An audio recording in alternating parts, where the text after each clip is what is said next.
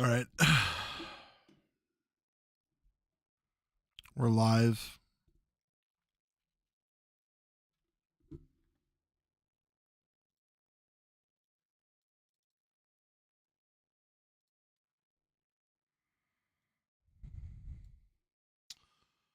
We are live. We are live. We are live. Let me get the.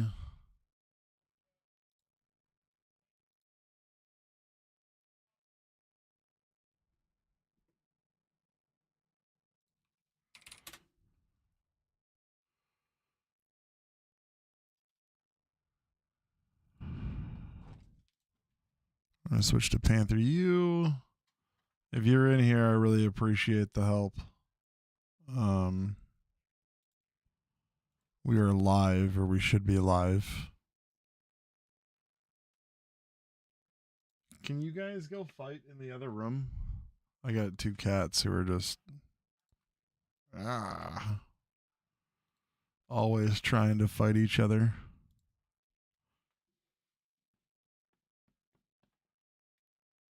Seriously, like, and one of them is trying to like come through the green screen in the background. Kids.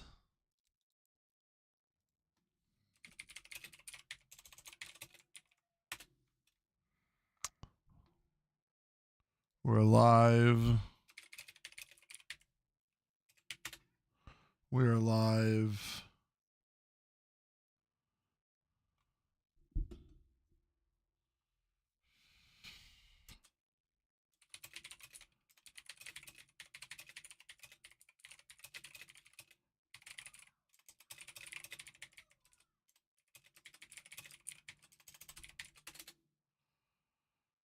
I get a video.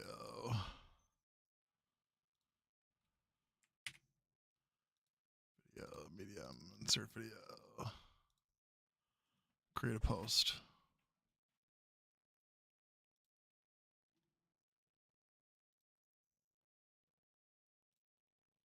Maybe I shouldn't.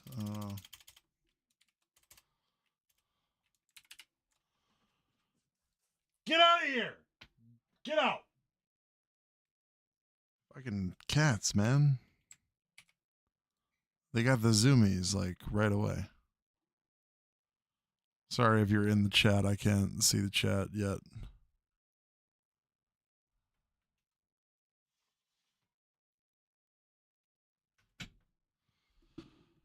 All right.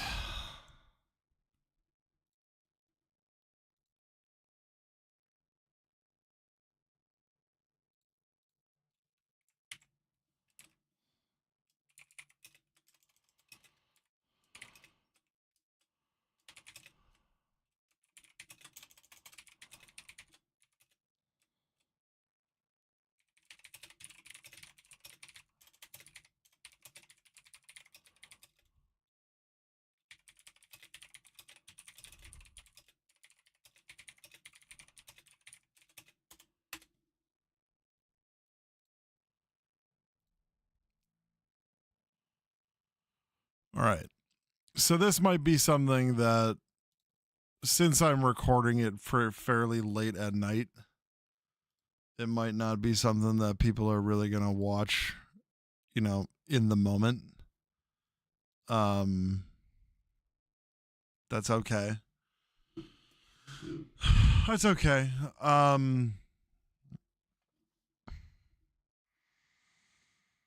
The Panthers finished the regular season today, beating University of Detroit Mercy by 80 something against 60 something. Doesn't matter. The regular season's over. Panthers are 21-10, I believe, is the final. I believe that's our final number, right? Our final number is 21-10. That's 3 straight 20-win seasons. I don't care what you are bothered by as much.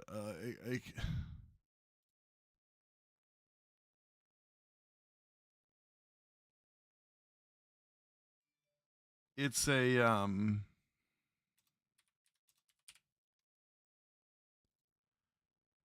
a big deal, right? The Panthers are, winning that amount of games 3 seasons in a row is something we've only done once before. It's happened once before, and that was when Bruce Pearl took the team to the Sweet 16.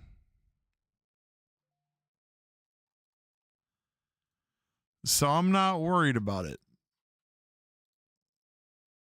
I'm just not. Yeah, thank you, Tyler.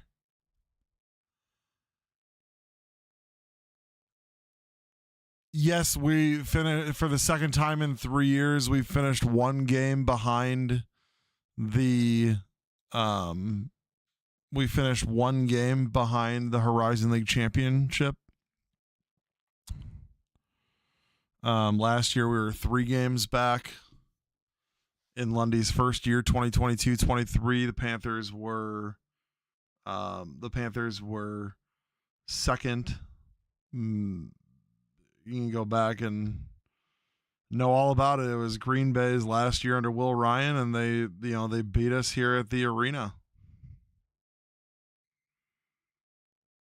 And then a couple weeks later, we came in. We were pissed off. The arena was not available. The Klachi Center was available. This was a decision 2 years ago, just like it was 2 years ago was a decision of necessity. And it ended up being a decision that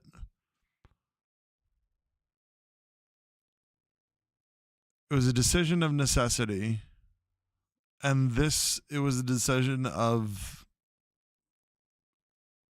competition. Frankly, Milwaukee has one thing going on. We can talk about the numbers all we want. The fact of the matter is, we are in a position where we want to win on Thursday. So let's go over it, okay? This is the 2025 Barbasol Horizon League Men's Basketball Championship bracket. There are 11 teams in the Horizon League. If you are a top 5 seed, so 1 through 5, you get a bye to the quarterfinals. So you only have to win 3 games. If you are a top 4 seed, you host in the quarterfinals. The 4 seed hosts the 5 seed. So that is the normal 4-5.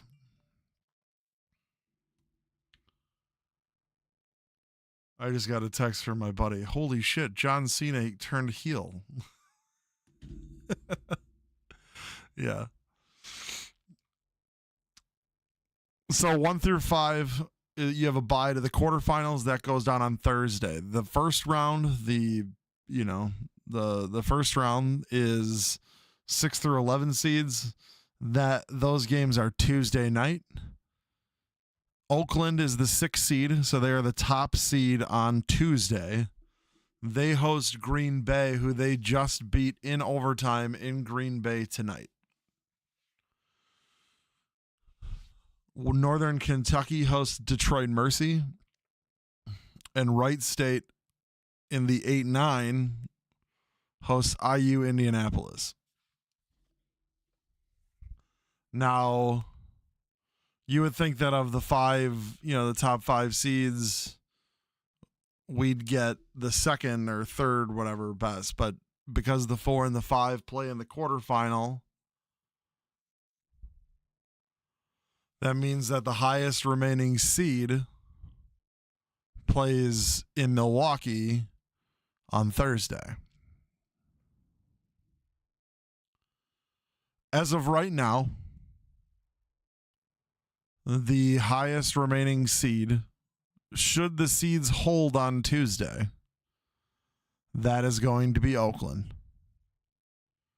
The highest likelihood is that it's going to be Oakland. Oakland is one of the worst offenses in the conference. They're middle of the road on defense as far as the numbers are concerned. But I'm not concerned about the numbers. I don't think that the numbers are all that important. Because at the end of the year, you can throw it all out. Look, Green Bay has covered the spread in most of their games in February. They almost won 2 in a row their second game in a row tonight. That's Green Bay. That's not Northern Kentucky. That's Green Bay. Stack says go to bed because I said that to you last night when I woke up to take a piss at 4 a.m. It's 4 a.m. What do you 4 a.m. We needed everybody to be rested for today. And we're going to need you all on Thursday because it's looking like Oakland is going to be the team. Let's remind you guys what Oakland is to us. This is the team that held us to 49 points in Michigan earlier this season. This is the team that we were handling, and then some things started to change. We weren't getting some of the 50-50 calls. It started creeping in our heads, and we started playing a little worse. And suddenly what had looked like it was going to be a laugher. The Panthers, I believe, our lead on Thursday night got up to, I think it was 14 or 16. Suddenly, Oakland was able to fight back in a way that no team has really been able to do against us all season. I mean, even the games where we've lost, right? Even the games where we've taken a beating. And so, the Milwaukee games where we've lost. The game at Robert Morris, we lose 72-59. But in the second half, it wasn't like Robert Morris beat us up in the second half. They just held the lead that they had. The loss at Cleveland State, 77-60. That was a game where we started the game poorly, and we held it. We weren't able to bring the lead. We weren't able to chip into the lead enough, and they spread it out a little bit more at the end of the game. But we didn't really lose ground. The game at Oakland was a game where they beat us down initially, and we couldn't come back in the second half. This team under Lundy has been a team that has been a second half team basically for all of the last 3 years. In fact, there's one game that I remember where we were playing a team that I felt was a strong program with strong players, with all conference players, and they came into our building and we wiped the floor with them from the beginning. Does anybody remember the game that I'm talking about?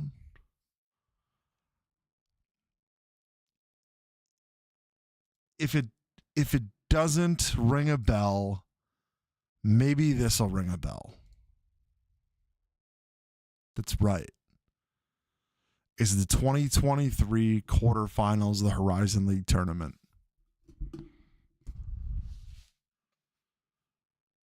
Tyler says this team still underachieved this year. 3 games that we really shouldn't have lost. Yeah, whatever. Those are done, man. Those are done. They're dead and they're gone. The game at Oakland doesn't matter anymore. It may matter for the coaches in trying to find something to, beat that zone. Maybe they can find something from Thursday's game to say, hey, look, this is where we were kicking the shit out of them. But there's nothing that affects this program more than a positive, supportive crowd. I have the volume at like 25%. Listen to this crowd. Here's Freeman back outside. High screen from Johnson, free for 3. Ring it up. Johnson looking to go quickly on Braun. Spins to the left hand. Beautifully done against the freshman Jamison. For the game, an 8 to go from the shot clock. Johnson against Knoll delivers left hand, and he's got a second from the field, make his third from the field. Look at the goddamn score. Wright State swept us in the regular season that year, right? Didn't that happen?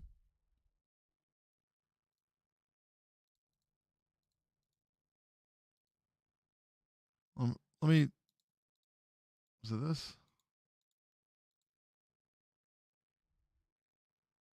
Let me look this up. 2023 season, the Panthers lost at home to Wright State 78-74. They lost on the road 93-86. We won the Horizon League tournament game 87-70.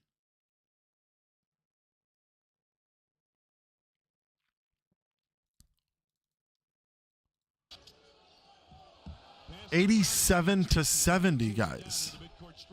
Now Browning on the drive, delivers with the left hand and banks it home. Hubrick's on the move.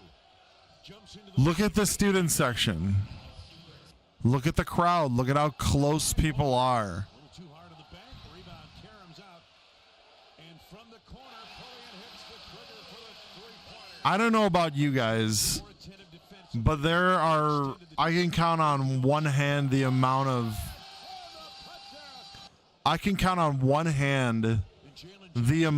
of games.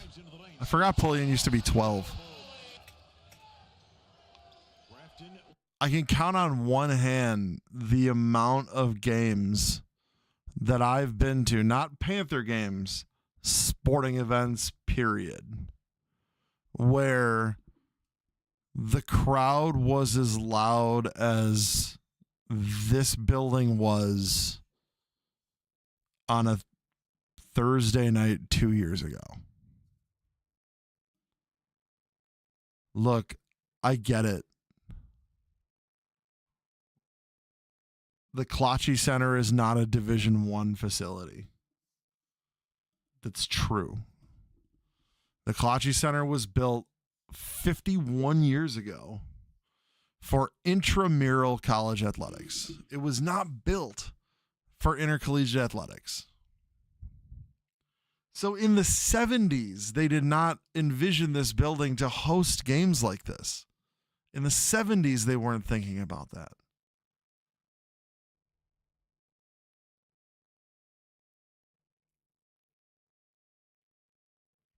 But there's one thing you cannot deny the noise. You just can't. Milwaukee 7 offensive rebounds. You can't.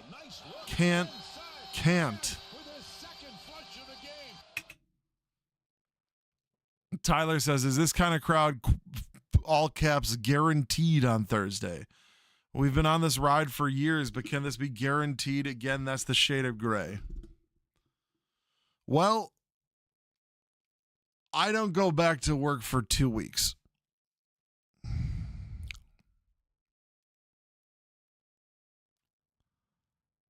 I live on campus. So Monday morning, I'm going to go over to the athletic department. I'm going to sit there and I'm going to talk to them and say, what do you need from me? They need me to walk around, talk to students. They need me to go talk to. I'll talk to lecture halls. I don't care. Give me 5 minutes. I'll talk to everybody. I want us packing that place to the point that the fire marshal has a problem. That's what I want to do next Thursday. There is nothing that any of you or me or anybody can do about getting the venue changed to downtown. Let me read to you a comment. Let me read to you a comment from a student who did not know that there were games at the Kalachi Center. We all know that problem. I can't stand Panther Arena. To be honest, it's so far from campus. Imagine trying to walk there from the Union. That's like an hour and a half walk. Someone could drive to Madison in that same amount of time, if not less.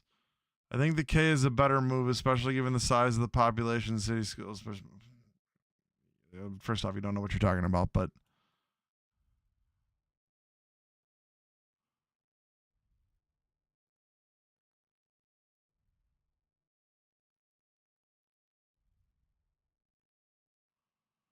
we should have somebody with a camera following you around doing that. It would be cool to see for everyone who isn't able to come and help out. Yeah. I'll bring that up with them. Let's get a marketing intern. Somebody to follow us around with a camera. I'll go around with Lundy. I'll go around with Winans or Jake Williams, or we'll go around with players. I don't care.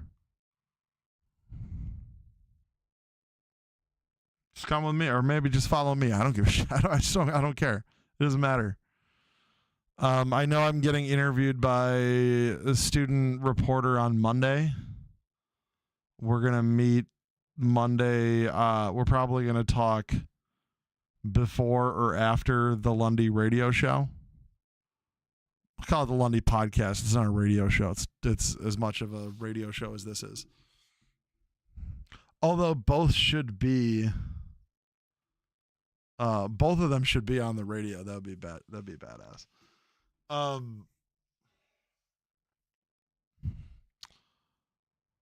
It's the long and short of it, guys. There's nothing we can do.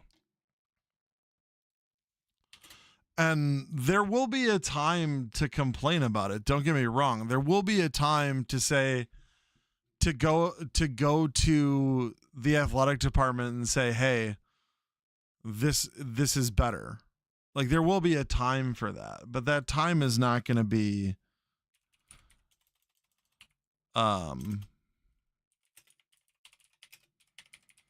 that time's not going to be right now. That time is,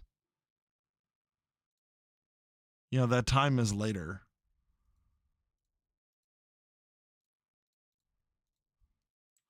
Sarah Jackson, as a student, the K is better. Honestly, and there is a point that I'm going to make here, and people in athletics aren't going to want me to say it. It is better, but just for this game. And it's not better long term, not because it's on campus. It's not better long term because it's the Kalachi Center. we need to understand as a fan base, we need to understand, we need to get back to the idea that the problem is not the games being on campus. The problem is games being in front of nobody. Or the problem is games being in an arena where paying season ticket holders feel like it's a high school gym, because they're not wrong. It is a high school gym. A lot of people walk over after a workout and end up staying. You know, Sarah, you're a student now. Let me tell you something that's not going to be a possibility on Thursday. People who are going to the Kalachi Center for a workout are not going to be able to get into the game. The game on Thursday is going to be a sellout. And by sellout, I mean there should be minimum 1,500 students at the game on Thursday. And I'm going to tell every one of them I say, you know, get there at 6:00 if you want to have your pick a spot. Otherwise, you might be in a corner. It's going to be a great game regardless. You're going to want that experience, but they're going to need to you're going to need to show up a little bit early, cuz at 7:00 on Thursday when the ball tips, it's going to be an absolute nut house. And while you say the K is better, let me show you what it used to be when, like, this picture right here is from when I was, Paul, 1,500 students. They can say capacity is 2,000. There's standing room only is going to be a thing. So the Kalachi Center normally can fit 3,500 people, but the chairs are getting the chairback section is getting redone, so it's not available at the moment. It's going to be more standing room. You're going to have, and I'll tell you about. I'll go over what's going to go with the Kalachi Center in a minute. But I wanted to show Sarah. This is from when I was a senior in high school. This is the 2005 Horizon League tournament. That is the largest student section in college basketball.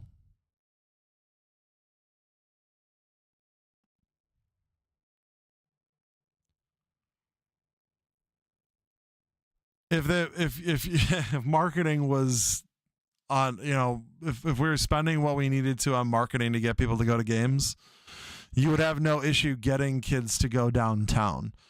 We had the largest student section in the country when we're winning basically the same amount of games we are now. Now, this is 2 weeks before the Panthers go to the Sweet 16 in the best finish in school history. The Sweet 16 is a very high, lofty goal. There's only been something like 50-some schools that have even been to the Sweet 16.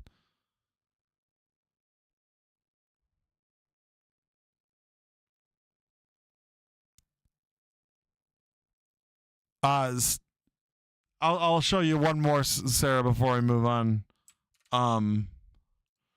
This was my senior year. This is the 2011 championship game against Butler. Butler beat us in this game, unfortunately. And then 3 weeks later, they were in the national championship game for the second year in a row. I'm still trying to hunt down those shoes. I want a pair of those shoes, but, you know, getting your choice and then getting in size 14 is kind of hard.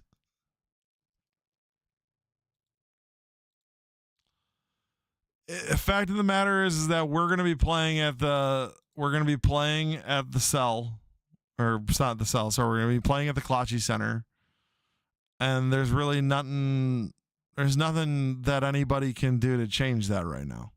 Okay. Now I wrote this on the fan message board or about a couple hours ago.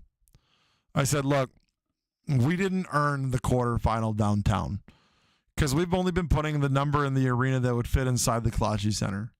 If we averaged 5,000 to 6,000, we'd have every argument we need to force the program to put the game downtown, but we don't.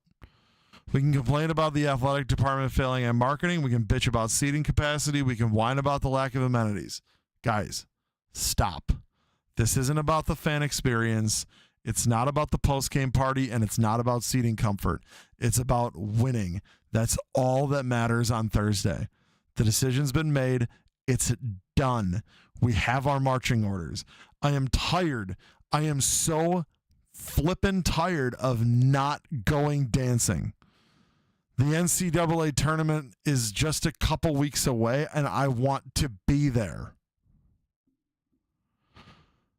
It looks like it's going to be Oakland, a team that has our number, man. We need every single advantage we can get. It does not matter what we're doing after the game. It does not matter how comfortable we are in the seats. As many people as possible should not be in the seats. We should be standing as much as possible because that's the best way that you can project the most amount of noise out of your lungs.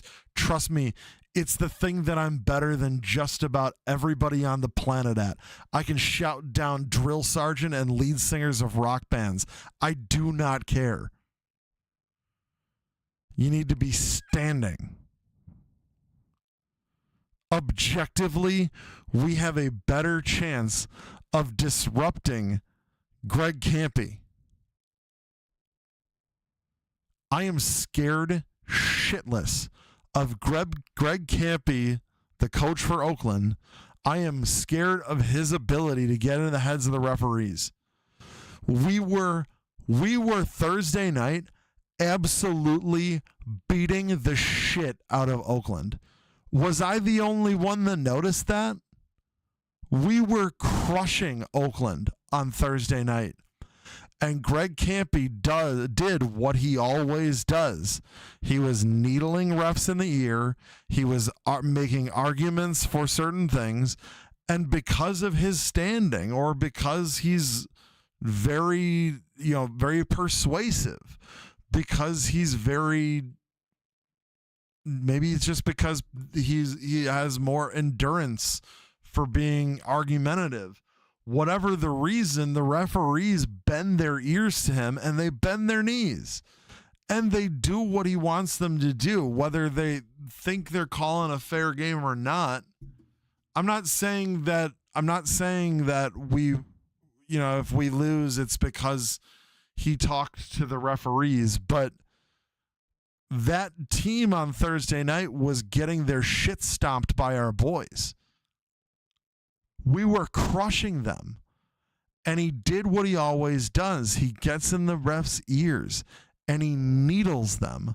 And he needles them some more. And he gets them to bend to his will. He has always been that guy. He has been that guy. Literally.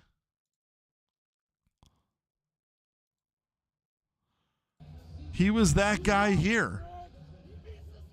Getting in it. Why is this in a normal game this ref would walk away?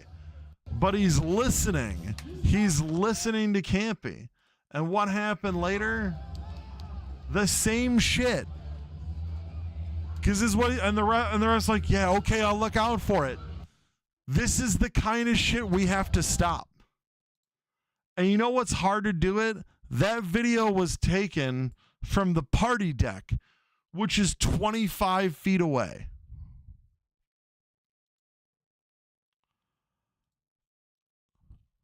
This is what's going to change. I'll give you the athletic department employee. No.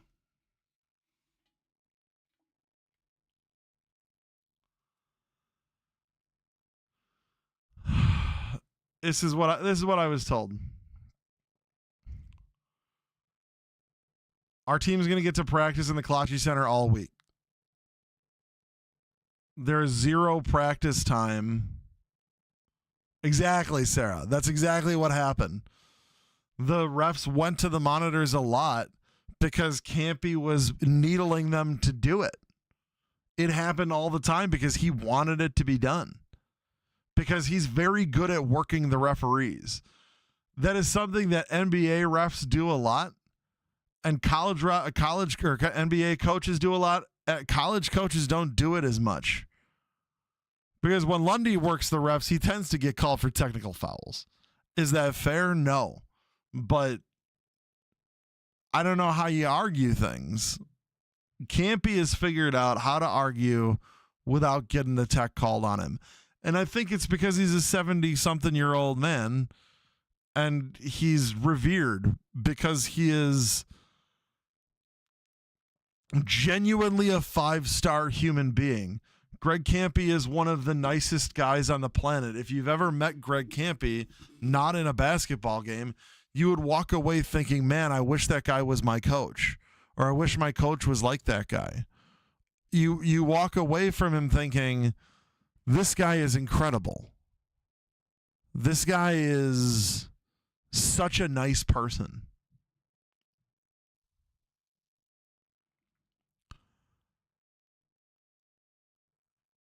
He is a nice guy, and I wish all the best for him, except between those lines.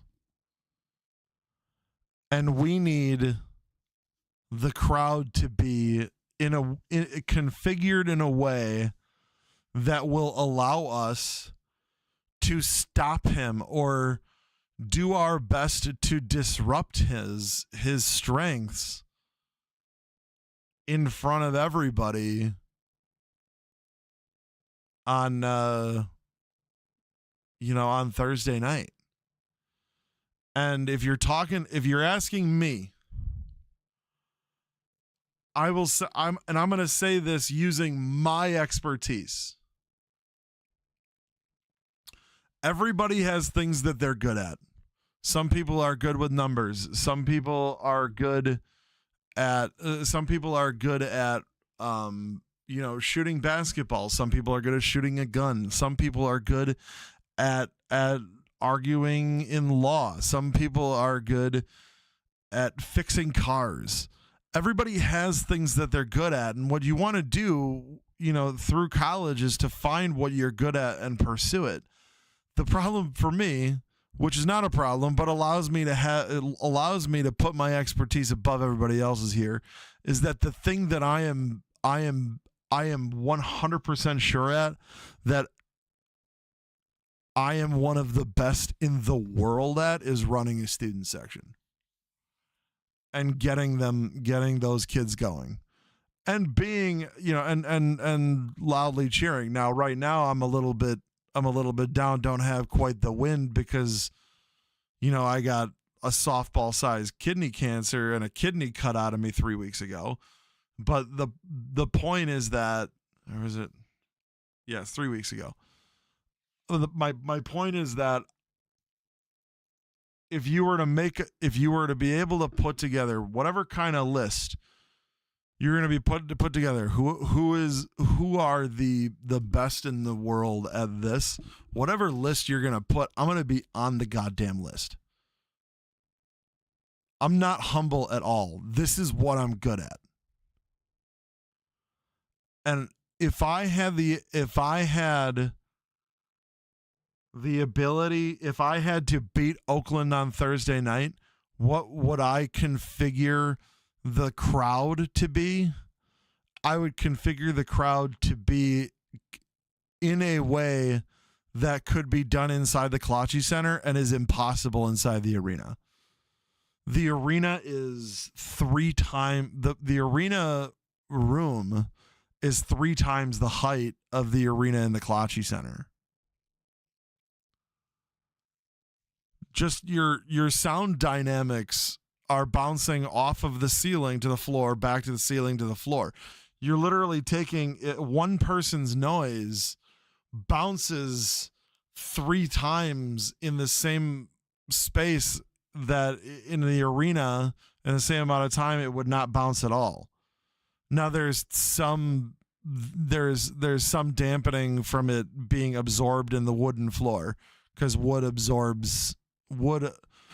Hardwood is not as much as softwood, but hardwood does absorb some noise. The point is that the room is so much shorter compared to the arena. The noise is bouncing. Other parts in the Kalachi Center that are better than the arena. Look at this crowd. And we're going to put this almost to a mute. We're just going to let it, or mute. We'll just let it go. Look at this crowd over here. Look how right behind the benches our crowd is. Now Oakland's going to bring 200 people. They're going to bring 200 people next Thursday. But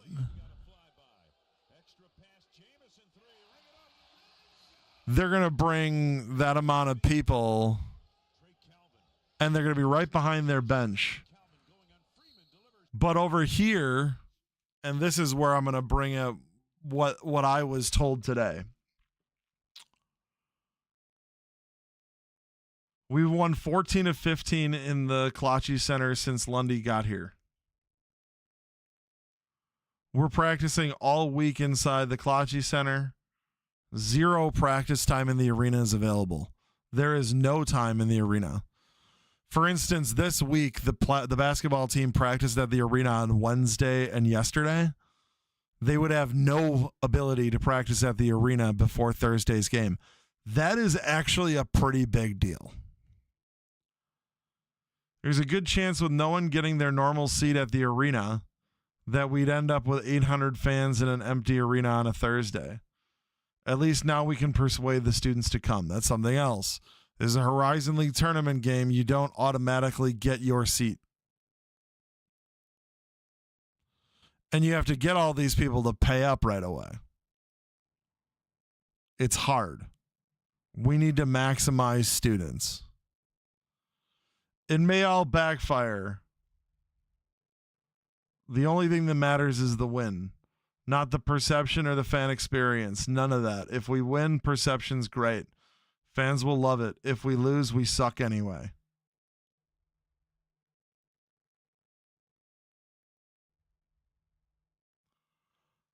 I also got a text from Lundy.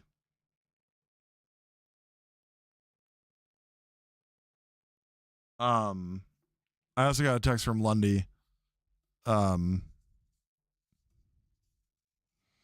He wants to win. It's the only thing that matters, guys.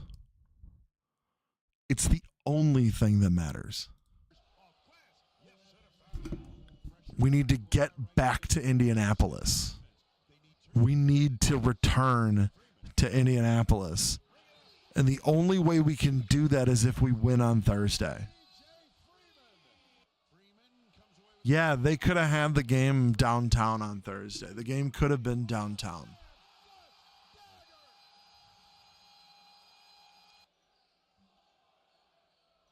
Milwaukee over 51%.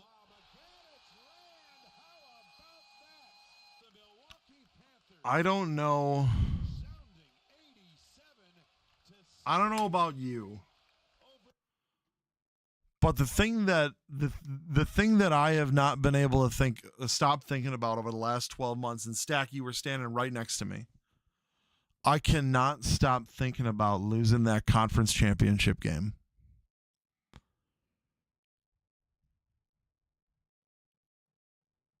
Having Faison Fields foul out with 5 minutes left. And having the game just at our fingertips. We had the NCAA tournament in our grasp, and we just could not finish.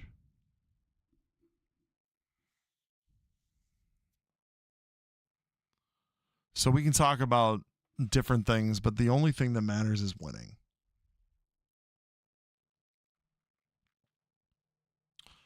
We could have thousands of students in Campy's ears. I usually agree with your takes, Jimmy, but I'm actually disappointed in your take on this one. It's not going to be hard to pack 2,000 people in the Kalachi Center when there were over 3,000 people at today's game versus a crap Detroit team. The fact of the matter is that you have to sell people again within a few days. And if you trust Joe Lancer and the athletic department ticket office to be able to sell everybody all those tickets in the next few days, that's different from what you've all told me so far. Because what I keep hearing from everybody is that the team isn't selling enough tickets. I agree with that. I don't know whose fault it is. And frankly, I don't care. The only thing that matters is being able to sell. And in the next few days, we really could have played in front of fewer fans. And people can say, I don't think that's true. But historically, that has been the case for us. The Horizon League tournament game at the arena generally has fewer fans than the Horizon League tournament game at the Kalachi Center. The Horizon League tournament game at the arena generally has fewer fans than the Horizon League regular season games that precede it. I don't know how far back we can really go on that. But let me just read comments. Reginald K. Dwight, everybody's favorite poster on the message board, says, there will be no banner raised for doing what you should do on Thursday, and that's beating a crappy Oakland team. That's gimmick defense gives our staff fits. Considering we shot twice as many free throws as Oakland last game, I'm not buying into Campy gets all the calls narrative. I don't know how you can watch that game and not notice. I mean, maybe he wasn't in the building, but how do you not notice what happened? I mean, you can see it directly.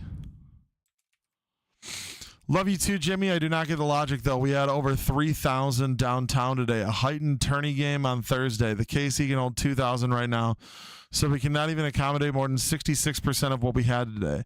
This does not make sense about nor earning the right by averaging 5,000 or whatever. We cannot even accommodate the fans we had today, which shows the support is there for downtown.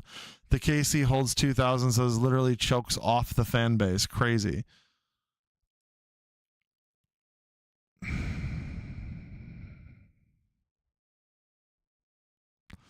If you're a fan who's not going to buy tickets because this game is at the Kalachi Center, you're somebody who's going to be sitting on their fucking hands anyways.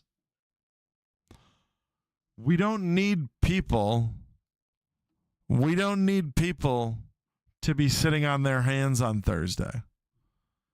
And frankly, this has been the case for the entire time I've been a fan. Is the paying customers have always been people who sit back and watch the game like it's a performance art piece. I don't get it.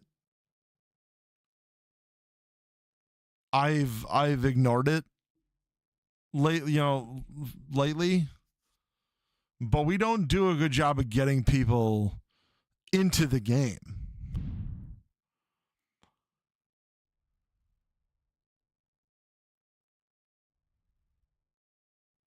Honest to God, it looked like 4,000 today. Are they purposely under-declaring crowds? This is how they do it in the bazaar.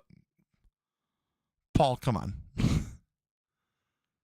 I agree with Jimmy. It's not that the athletic department that failed us. It's the students who failed us. Sarah, maybe you have a comment on this. Maybe we should, Sarah, but I should go with Sarah's comment first. Maybe we should have players go around and hand out tickets in the dorms in the union. I do want to grab a player or two and start going around campus. I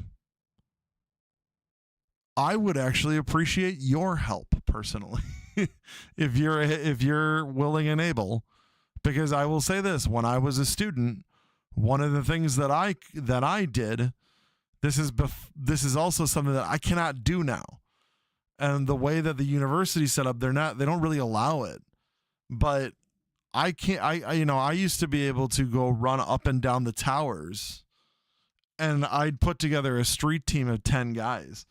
John Parker, who's with the Horizon Roundtable now, he was one of the guys that I would bring along, and we would go up and down, handing out the season ticket posters, not the season ticket, the season schedule posters at the beginning of the season every year.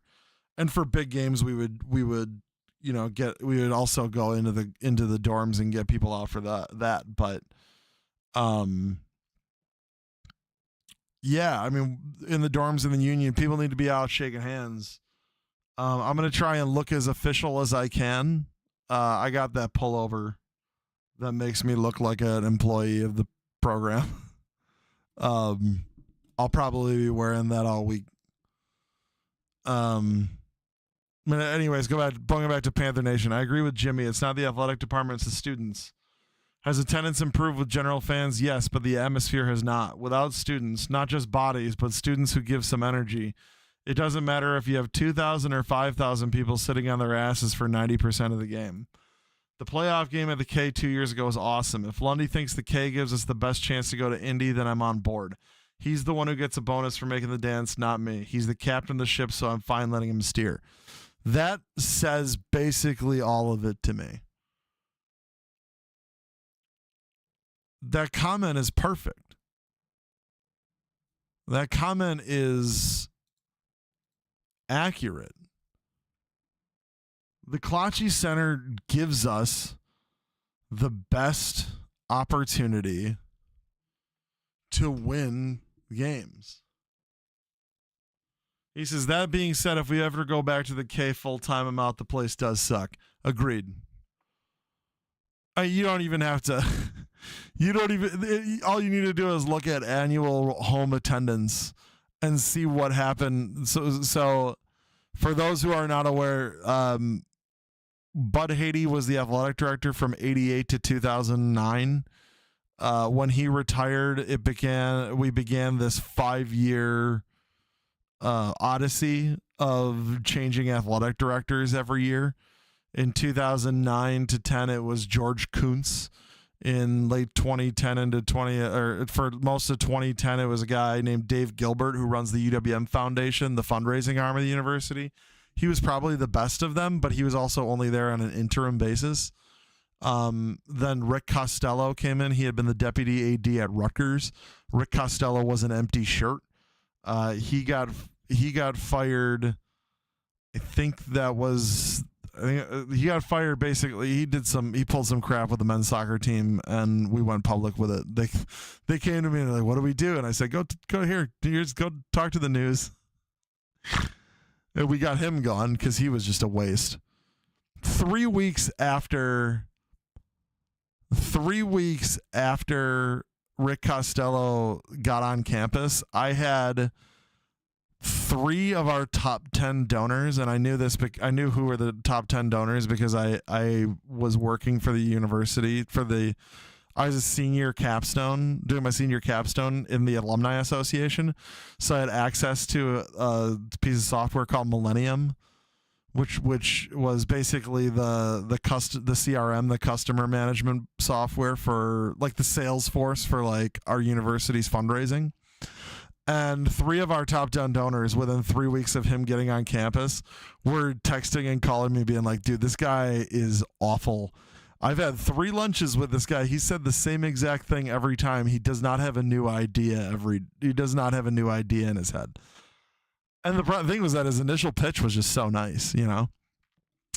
And then when he was gone, we had Mike LaLiberty, who was the vice chancellor of student affairs, and that guy was a waste.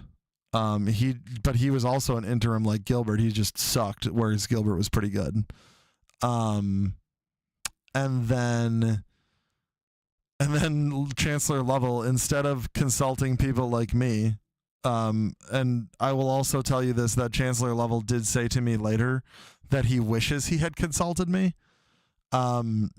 He went to the Horizon League commissioner, who is John LeCrone, and John LeCrone installed this guy named Andy Geiger. Now, Andy Geiger on paper was the most qualified person who's ever held the athletic director job in Milwaukee. This is a guy who had been the athletic director at Maryland. He had been the athletic director at Stanford. And most recently, before he retired, was the athletic director at Ohio State.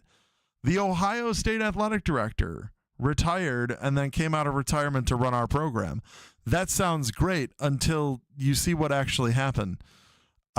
First off, the week he gets on campus, ESPN puts out a 30 for 30 about Maurice Clarett from the Ohio State football team, and this 30 for 30 basically makes Andy Geiger look like this super villain.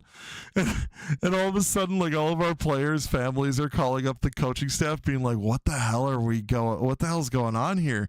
Is everything going to be okay? Like, why is this guy running their program? Is he going to have oversight on our kids? Like, Jeter's staff had to put out a lot of fires when Andy Geiger got hired. I bring it up. I'll bring it up. The reason I'm getting to the reason, but you know me, I have to, over explain something before I get to it. One of the fun things he did was he had a company car that was part of our corporate sponsorship with Andrew Toyota and Andrew Chevrolet. Andy Schlesinger's dealerships, and at the end of his year as the interim athletic director, he handed in his car, and it was it was like somebody took a baseball bat and just beat it to shit.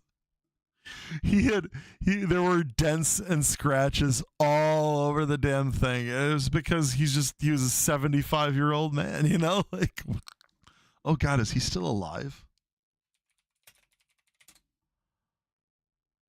Yeah, he's still alive. He's 85 years old now. Oh, God. Sorry. Hold on. Woof. Yeah, look at this. He was the athletic director at Brown, Pennsylvania, Stanford, Maryland, and Ohio State. And then he was our interim athletic director. Under the controversy section is where we fall in. He became the third athletic director in a 2-year span, succeeding Rick Costello. He was succeeded by Amanda Braun. Oh. Well, I like that it's under the controversy, even though it was itself is not, in and of itself, it's not controversial.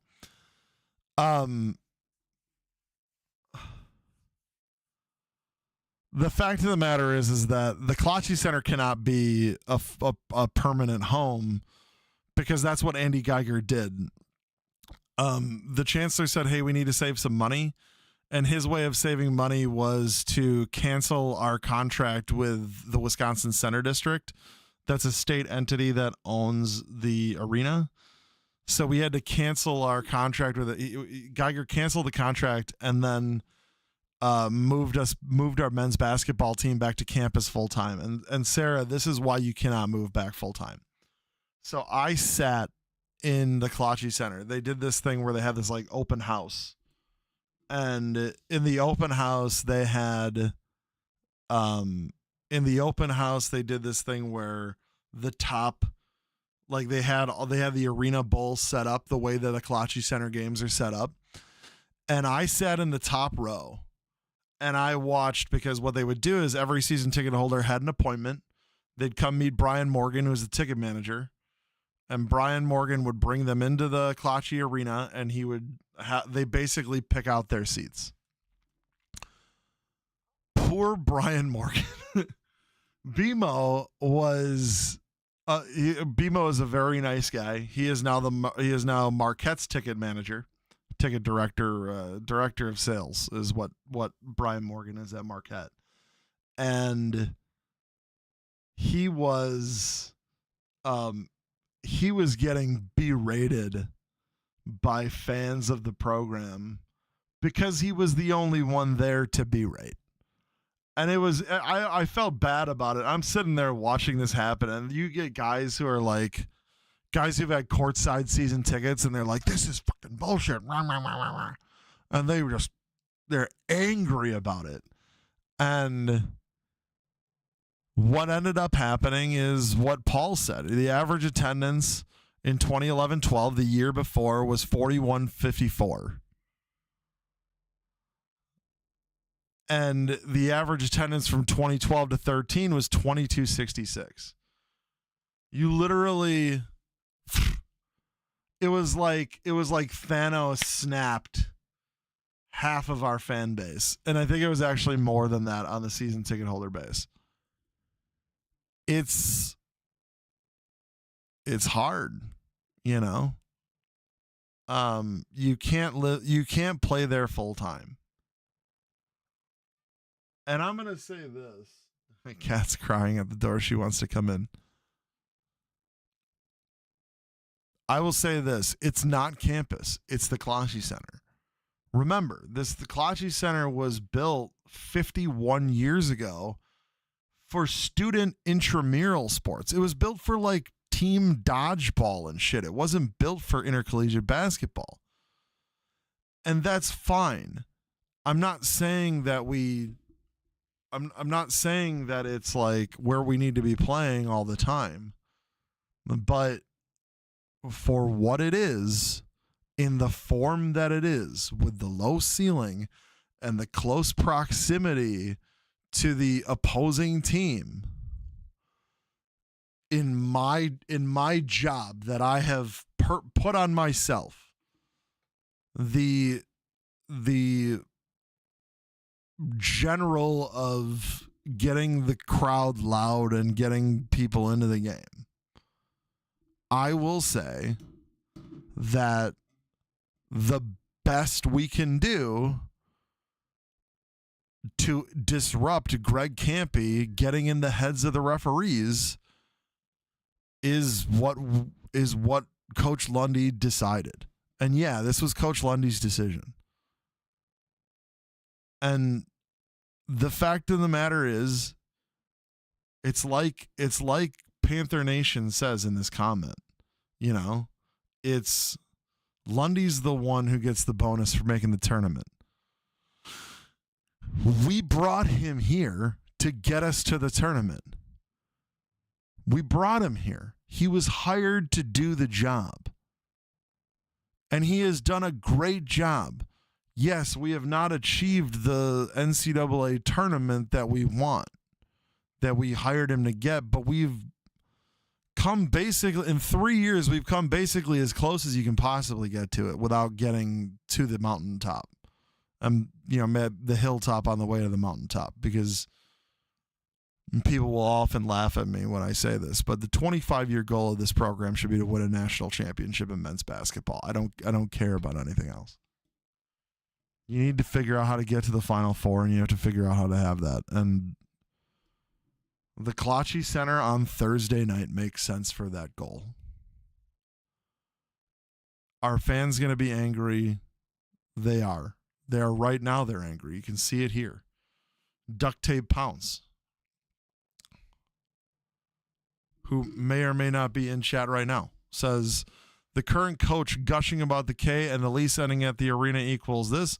Now, the one thing that I am 100% sure, the lease is not ending at the arena. They just re-upped through like 2029.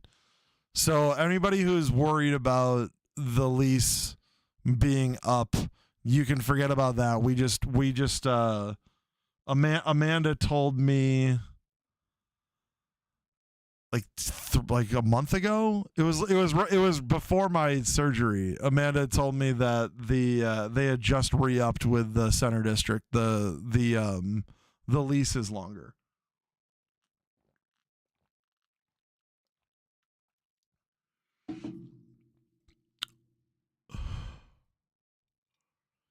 Hopefully we don't see Andy Geiger part 2. We're not. K is acceptable for exhibition games and non-D1 games. That's it. And frankly, it's probably not acceptable for even those with a 2,000 seat capacity. The 2,000 seat capacity for the Closhey Center is literally only for the next like 2 months, while the seating is being redone on the one side of the gym. The reason for it is just they're trying to update it a little bit to make it more palatable for people. Yes, Elise is there. My sources indicate this is purely because the staff believes this is the best chance to win Thursday. My source is incorrect, though, as Oakland has played at the KC before. And yeah. In fact, Oakland has played in the Kalachi Center, and I will tell you a nice fun fact. Travis Bader, who played for Oakland, broke the NCAA all-time three-point record that had been held by J.J. Redick. Travis Bader broke that record 3 feet in front of me in the Kalachi Center because I was sitting courtside at the Kalachi Center, and he broke that record in that building. Fun fact.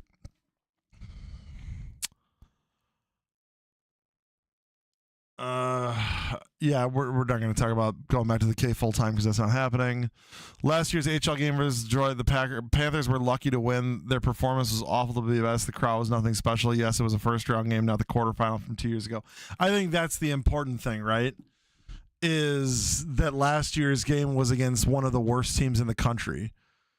So a lot. I don't know. I was in the second row of courtside, so I didn't see Bader's shot. So I didn't see his feet on it. But what I will say, like, for what Pounce Needs Pals here is saying is he brings it, he talks about how last year's crowd was nothing special.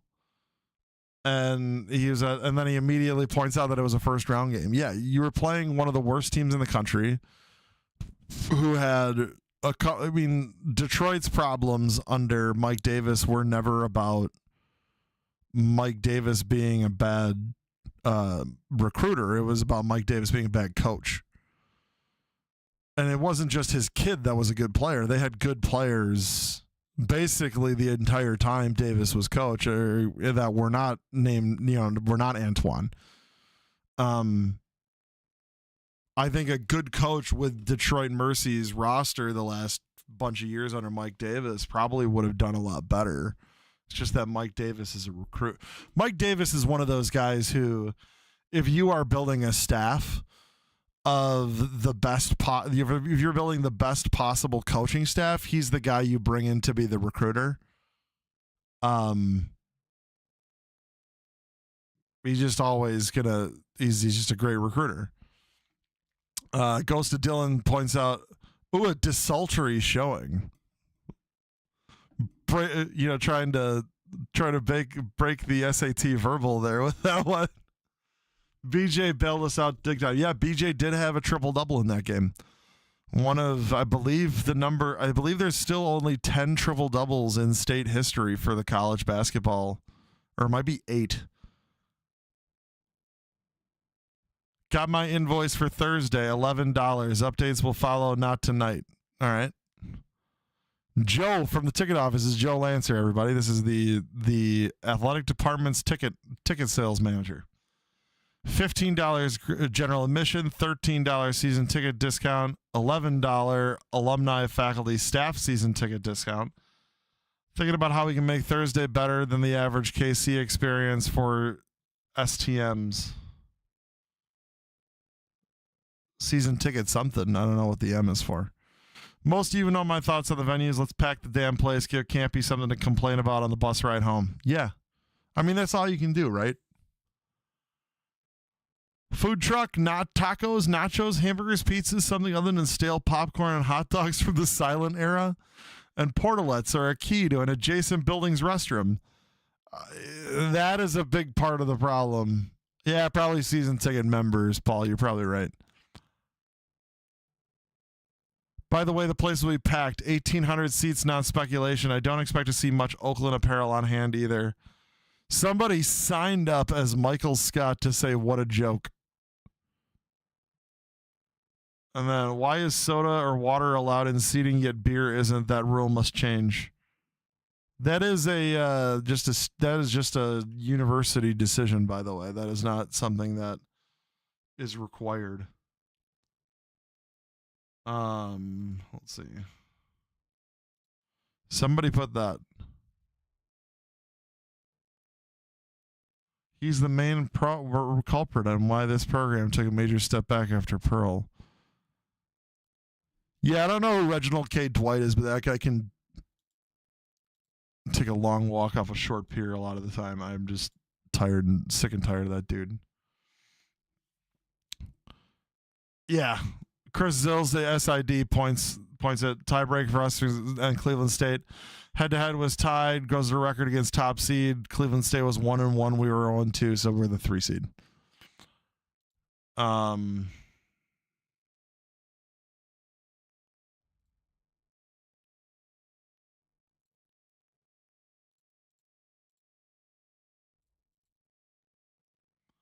Let's read some tweets. Danny Zielinski III. What a shame. Why are we always trying to limit ourselves as a program? I'm glad we enjoy playing in a high school gym. It's about winning home slice.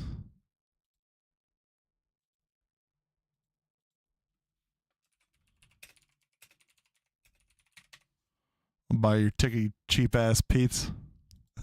You guys better hope we don't have to turn anyone away. That would be a terrible look for everyone involved. All right, Stack. You're going to have to explain that one to me, buddy.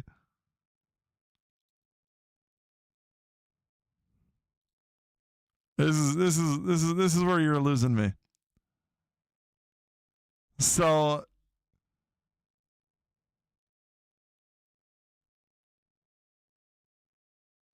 if we sell out the Closhey Center, that's a bad look.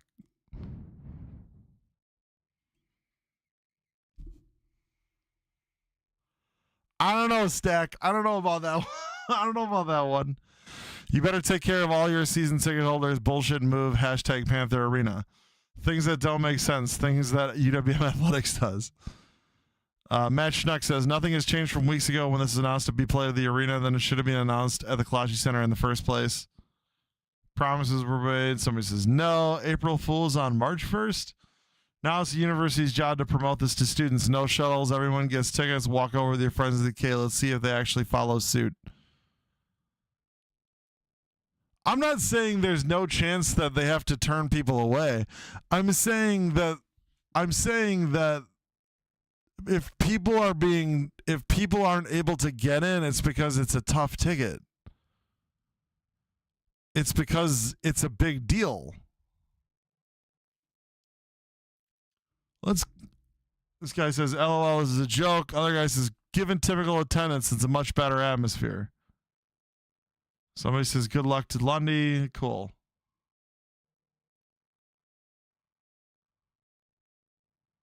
All right.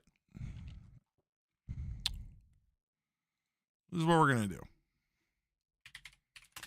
We're going to go to Go to the athletic department website. We're going to go to basketball.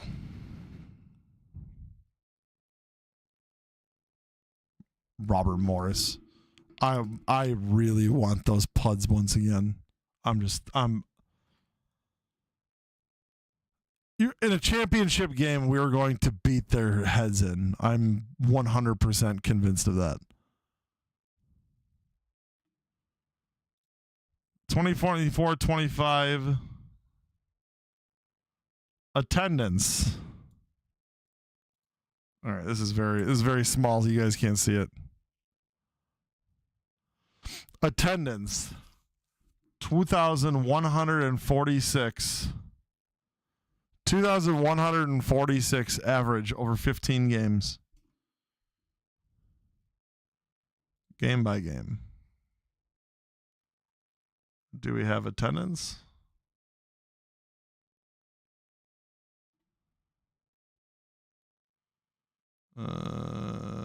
Team?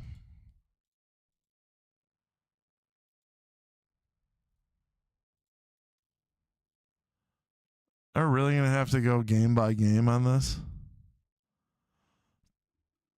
Paul, send me that spreadsheet. Or send a link to jimmylemke@gmail.com.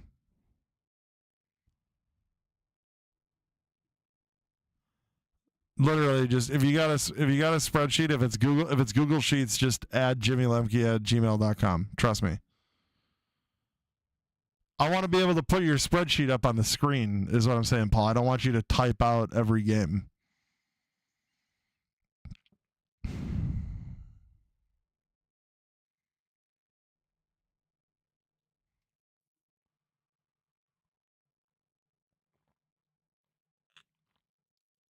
It's Excel. I'll be able to open it in Sheets anyways. Just send a copy to jimmylemke@gmail.com. Look on the stats PDF. It's all the PDF. It's all there. Never mind. Thanks, Chris. Okay. Step back on this. Okay. And we're going to zoom out because... Oh, here we go. Yeah, here we go. Let me move me to this side. All right, Lakeland was 1448. Akron was 0. Somebody wasn't counting. Okay, Portland State 1638, Wofford 1756, St. Thomas 1669. Those were all games down at the arena. Cleveland State 1828, that was at the arena. North Central was 1534. How is that any? You don't have to worry about it, Paul. We're looking at it now. How is that markedly different from the games at the arena? I mean, yeah, the season opener against Lakeland was, but that's because it was against Lakeland. I mean, North Central had, it's like a couple hundred less than Division One game. I mean, St. Thomas 1669, that 130 fans more at the St. Thomas. There were more than 130 St. Thomas fans at the game. So we actually had more fans go to the North Central game than we had go to the St. Thomas game to clinch the challenge championship. Home game against IU Indy was 1335. It was a little rough. It's also right before New Year's. And that was our last home game at the Clogy Center because Green Bay was 3507. That's because it's Green Bay. Youngstown 1957, Robert Morris 1893, Purdue Fort Wayne 2939, Wright State 2670, Northern Kentucky 2883, Oakland 2126, tonight 3013. Things picked up towards the end of the year, but it wasn't because it was the arena downtown. It was because we're getting towards March. People are going to... What you got to know, Stack, Mike, is that it's about... What it's about is creating... What it's about is creating a... It's about creating an atmosphere that is as intimidating for the opposing team as possible. This is what I said to every Oakland fan when they were all celebrating going to the conference tournament being moved to Detroit. I was like, you guys are going to be the number 1 seed one day, and you're going to have to play this at the Joe Louis Arena later, the whatever. And then they ended up having to play last year at the Indy whatever. And it's going to suck. I mean, the atmosphere sucks. The games that don't suck are when you're at the arena.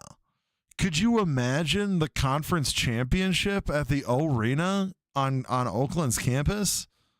4,000 seats? You'd have people fighting for tickets.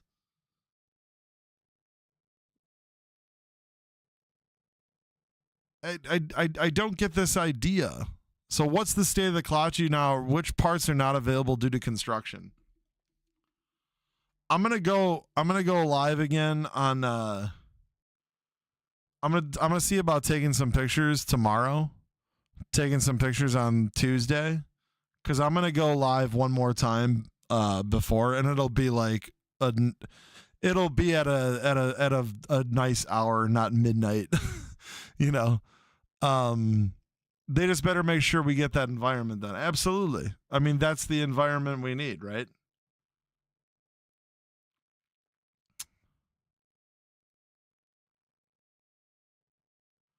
So what I said to unnamed person who works in the athletic department who was telling me about it, I said, wait, isn't one side of the K under construction? He says, yes. There's going to be a bar. The bar is going to be where that is. The students are going to be on, they're going to have a riser for students. Sounds like there was going to be risers over the top of that for students. And then he says, nasty cage match. I think that this game has the potential to be a classic Milwaukee Panther game. I think this game has the opportunity to be one that we point to 15, 20 years from now and be like, remember when we had to play at the Klachi Center because we needed to beat Oakland? And we ended up playing in just this absolute, like, the Klachi Center was getting updated. And because of it, there weren't all the seats. So people are hanging on the rails. And the place is absolutely packed and you couldn't hear yourself think. I want Greg Campy's old ass to not be able to yell. I want Campy to be this far away from the referee's ear and the referee to struggle to hear what he's yelling into his ear. That's what I want. And that's what we need. And that's what we're going to have on Thursday. Do everything you can. Bring as many people on board. Get your tickets Monday. Because I don't know if you're going to be able to get your tickets by Thursday. And if you think that's a bad thing, I'm sorry, but that's called a sellout. It doesn't matter if it's 2,000 or 4,000 or 11,000. A sellout is a sellout. If we sell it out and, you have 1,000 students in the building and they're on top of the opposing bench, come on. If we rally the students to do a chant whenever Campy complains to the refs, come to the radio show tomorrow. In fact, let me tell everybody here, and I don't know why this was never done. Maybe they did it and I just never noticed. I don't know why this. Maybe it was never done. Maybe they did, or maybe they did do it. But I never noticed at the games. I never noticed them talking about getting people to show up to the Bart Lundy radio show at the Guest House. But I will say this: everybody should go on Monday. We should absolutely have a completely packed Guest House on Monday. I can think of no better thing to do than to have the Klachi Center packed, or the Guest House packed on Monday before the game Thursday night. And if you really have a problem with it, you show up, and after the radio show, you can complain to Lundy, and maybe he'll give you the pitch. But the fact is this, guys. We brought him here to win, and he's trying to do the best thing that he believes he can do to win the game. And that means putting Oakland in a grinder. The arena, I love playing in the arena for a lot of reasons. I love the atmosphere after the games at Goolsby's. I love the history of the building, being a place where the Beatles and Elvis played, being a professional wrestling fan, knowing that the entire industry completely changed because of what Stone Cold Steve Austin did a speech right where our student section used to be. The Bucks championship, the Marquette title team played there. Our Sweet 16 team played there. Our team played there in the 70s. They played there in some of the 90s. We have a lot of history there, and there's a lot more history besides us. It's too big for the program. I mean, I don't know how many people know this, but the arena is 2,000 more capacity than Cameron Indoor at Duke. If Duke, the number one program of the last 40 years, has a smaller building than us, what does that say? That tells me that we're in too big of a building for us. It's the best thing we can have right now. But you got to know that the Bucks owners have their eyes on that space. They want that space. They want the arena, and they want the theater, and they want that land to be torn. They want to tear those buildings down. And it may never happen. I really hope it doesn't in case of the arena. I know the theater has history. I don't really care too much for the theater. But I understand the arena has history. I believe, personally, that the best thing that we can do as a university is figure out how to bring basketball back to campus in a way that doesn't suck. The Klatsche Center is not the way to do it.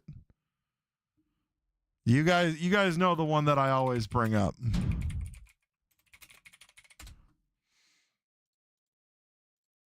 So the Gentile Center. Let me get an old picture of the Gentile Center.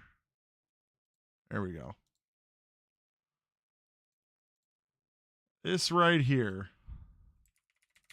Does this look familiar to you? This is the Gentile Center on campus at Loyola University of Chicago.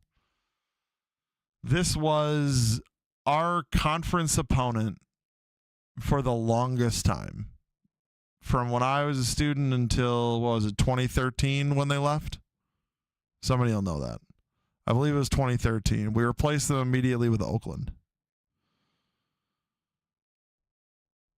By the way, if you're an Oakland fan and you come across this is where you get a chance to thank me, because I sold presidents and chancellors in the Horizon League that you were the team that we needed to bring in, not IUPUI. So thank you, or you're welcome. That was Mike Lovell coming to me saying, hey, I need to help pitching this to people. Very cool, by the way. Mike Lovell was very good about making me feel like I had value to him. And I miss the man terribly. He's a very good person. That arena became this arena. You go from that to this. This is the kind of thing you want to do with the Klatsche Center, right? I mean, look at this. Look at this building. Open image in new tab is there we go. I mean, look at this building. First off, you got something that vaguely looks like suite kind of space up top. You could do better than this. And other teams have, and we're going to look at a couple of these. But the point is, the people are on the court. The student section is along the court. I'm going to minimize my fat head. Look at how close the student section is.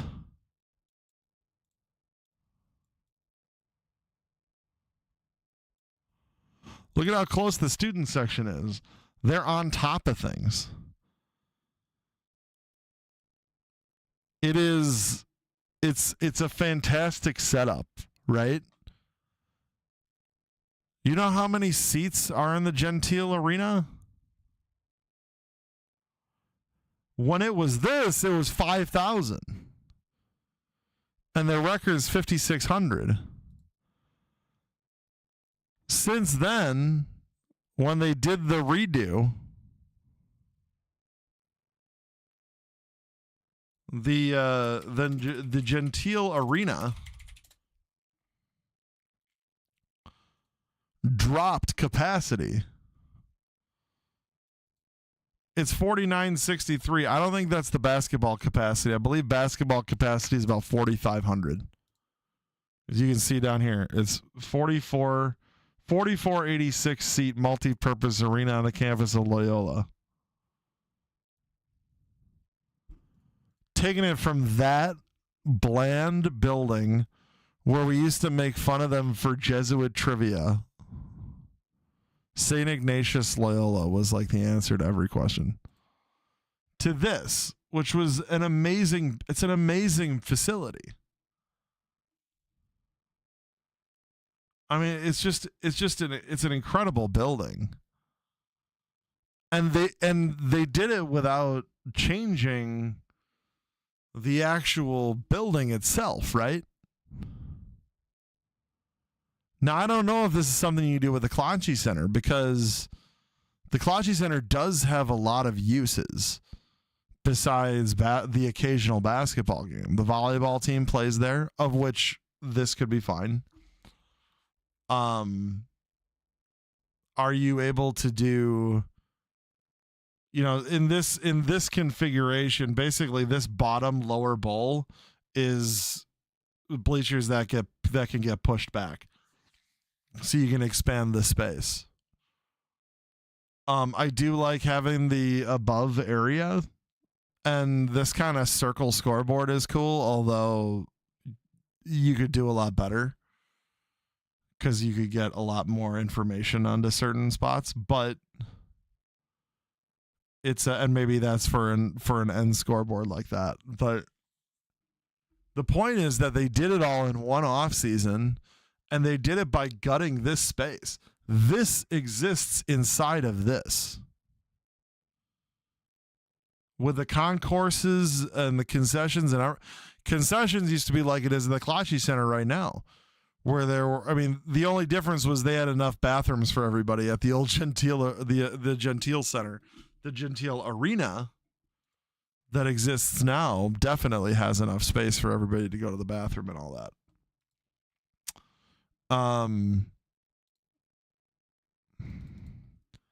There is a possible team who may be interested in coming to the Horizon League, is very much interested in coming to the Horizon League. It's called University of Southern Indiana. It's where Bruce Pearl actually started his head coaching career in Division II. And that building is very bright when it's bright like that. That building, this is not a great picture, but that building is fantastic. That building seats 4,800, 12 feet from front row seating to court. It looks even closer than that. They got a fan store, 473-inch scoreboard monitors. Yeah, it's kind of whatever. 4 national championship trophies so far. That's all. You got 4 box suites, which I think is pretty important because unlike Evansville, Indiana, Milwaukee is a pretty sizable city, and you're going to want a few suites.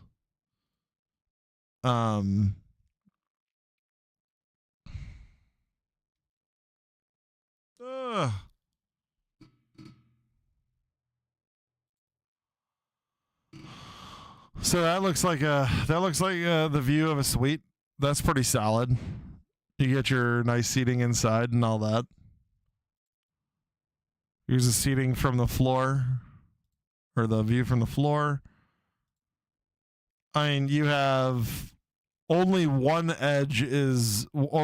baseline has the bench seating. So the rest of it's all chairbacks. You got a decent concourse. They got a guy who's shaped like me wearing a chef's hat. Skriegel Pride. All right, whatever. that's a cool suite. I mean, you get, you know, you get some better seating. Spring for a damn love seat, for crying out loud. Gosh. You know who should do the seating if we were to build an arena? You know who should do the seating? If you have not been to Dream Lounge Social on MLK Drive, Joa Tucker's bar, you need to go there because he picked out some really comfortable seating. I thoroughly enjoyed watching the Youngstown State game there last week. It was great. Yeah, 3 spots. You can charge a phone. That's kind of cool. I love putting academic imagery in the arena space because it's a good reminder to everybody that, this is college. This is college basketball and not something different. Again, convocation space. Yeah, you'd have to do another 1 or 2 graduations every year, but they would be on campus. It would be a way to get people to campus. You want people on campus. Setting up there, national championships, GLVC, they used to be in Parkside's conference. It's a very nice building. The Athletic Hall of Fame, you got the pictures. Here's this there's better seating here in this kind of group. I mean, when you think about the arena space for our games, right? We have what used to be, when I was a student, the student section, which was next to our own bench on the south side of the arena floor. We're talking about the Panther Arena. We were at the south end of the floor, and now that space does not have any permanent seating. It has that bar, right? That Panther bar, where people can, get their drinks and stand around the high top tables and, hang out, which I think is a pretty cool deal. In a new arena, you could make that into this kind of space, and maybe you can, maybe you're selling tickets in this space where, if you buy, you get your seat license to whatever seat you have. And then you also, on top of it, for another $250 a season or $400 a season or something, you get into that. To me, that's a smart idea. That's a cool logo. These are some guys. Looks like they're touring the facility when it's brand new. They're very excited. That locker room with the logo on the ceiling is cool as shit. You can't tell me that's not cool. Anybody want to talk about what the locker room looks like at the arena? The Kalachi Center locker room is nicer than the arena. You can thank Lou Wire and Carmel Builders for that. I'll say the although, you know what, it might be better since the Admirals came in. I don't know if anybody's been. I haven't been in the locker room since I was a student, so it's been a long time because I'm old as hell now. That's cool. That's really cool. The general, this is what you got to do kind of stuff, blah, blah, blah, stuff to put in the deal. You got a sink over there where you can wash your hands. Very nice, very nice. Here's the volleyball space. This is the volleyball locker room. You got to be kidding me, bro. Wow. Wow. I like the ability to change the looks. The building looks even kind of cool outside. It doesn't look like a giant external hard drive like the O-House Center does. Looks kind of like the same kind of people that designed the Baird Center. It's fantastic. The seatbacks look nicer in the arena. I hope the seatbacks in the new Kalachi Center are nicer. But if we build an arena, that's the thing. You build out your space, right? Hell yeah, riding a bike. You build out your space, and then whatever space you have, whatever seating you choose to have, plays a big role in it. Now, if it were me, I would spend a lot more per chair and have fewer seats so that when people are there, they're like, oh my God, this seat is so comfortable. You want people to be blown away. You want people who spend a lot of money you want people who spend money going to games at Fiserv Forum to think, wow, this is actually really nice. Klatchy Center seats, the chairbacks, it's nice to have chairbacks, but it's not like they're nice. Like they're a step above folding chairs. You know what I mean? And there's the guy who's shaped like me again. There's one more arena I wanted to look at with you guys before I did. And if you have any thoughts on the Southern Indiana arena or the ideas about maybe bringing an arena back to campus, let me know. Talk about it in chat. I want to say it's Radford. No, it's not Radford.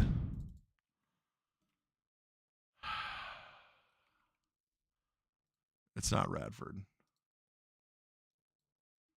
NEC basketball. I want to say it's a team of the NEC.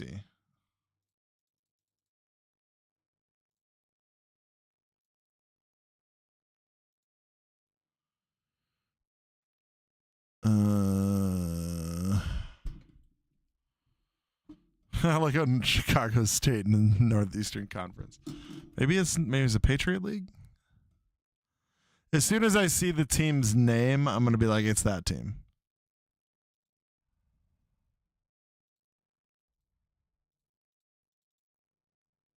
No. Miak? No. Mayak. Marist? Fairfield.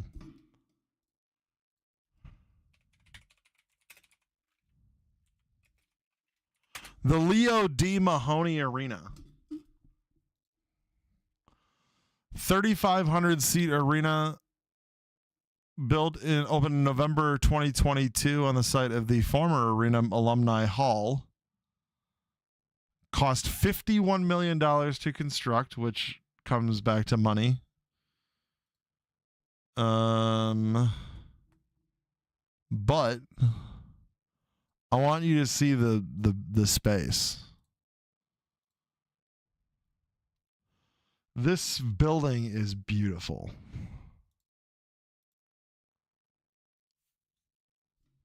This right here is a perfect example of how you build a beautiful arena with comfortable seating, with a student section that's close quarters, and also is small in capacity, which I think it's important to say that, like, capacity is something that you don't want to have too much of. You think, okay, if I have 6,000 people, let's say there's a number of 8. Let's say there's 8,000 people want to go to a Milwaukee Panthers basketball game. That's not 8,000 people that want to go to every game. Half of them want to go to one game. 2,000 of them want season tickets. 4,000 want to go to one game, and 2,000 of them want to go to a handful of games. I don't know if that's how it generally pushes out. I've never seen numbers, but say that's like what you want. If you think, okay, it's 8,000, I want to have 8,000 seats so that if they all want to come to this one game against Green Bay, then we have 8,000 people in the arena. That's the bad way to think about it. You want to think about it as being a tough ticket. You want those 4,000 people, that just want to go to one game. You want them to be like, oh, I want to get tickets to this game. Oh, there's no tickets available for that game. Let's go to this game instead. I can't get tickets to that game? All right, well, we'll get tickets to this game. Because then you say, okay, well, if you want, people who have season tickets do have priority. Suddenly there are people who are thinking about, people who want to go to a handful of games. If they're not able to get tickets to the games they want, suddenly they're thinking maybe I should just become a season ticket holder. Because season ticket holders get the first bite at the apple, right?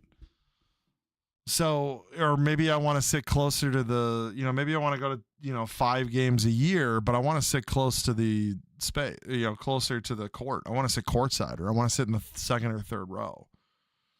That's available, but it's more available for the more tickets you buy. You need to be able to go to those people and say, I want these tickets. This place is absolutely gorgeous. You get a lot of natural light. It's got the arc that's remnant. In fact, I will say this. The building that this reminds me the most of is Hinkle Fieldhouse at Butler University. Which started at 15,000 seats and is now down to like 8,000 seats. So Hinkle Fieldhouse.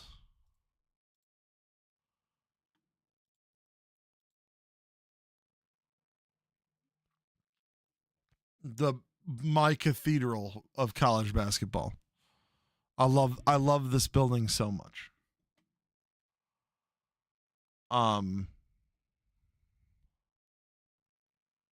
Ooh, politicians.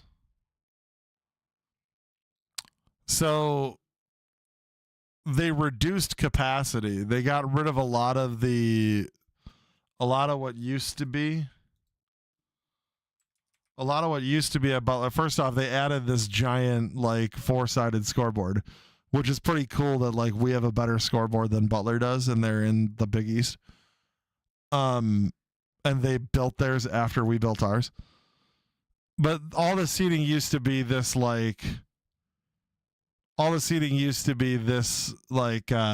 these benches. Also, what was cool about Hinkle Fieldhouse was they used to have troughs in the men's restrooms to pee in. And now the only place you can go for troughs to piss in is Wrigley Field, and who really wants to go to Wrigley Field? But now they've got seating, chairback seating on, both sides all the way around the corners. And the student sections are roughly the same. But it's the same. It's a cool building. And this building reminds me of that, with the arch ceiling, a lot of the natural light coming in. I do love the concourse around the edges. I like the idea of people who are in line to, get a hot dog or something, still being able to turn around and see the game on the court. I like how they did that at the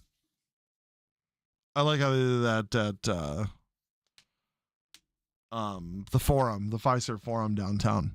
Paul says the barn at the University of Minnesota still has troughs. I didn't know that. I didn't make it when we went in the 2015-16 season when we went up to Minnesota and beat them. I didn't go to that game. It was like a midweek game. EJB says, I think the top crowd of the year being 4,000 was 40% of the arena capacity is an issue that cannot be overlooked. If you can't have multiple salads a year, the arena is too big for you, in my opinion. Yes.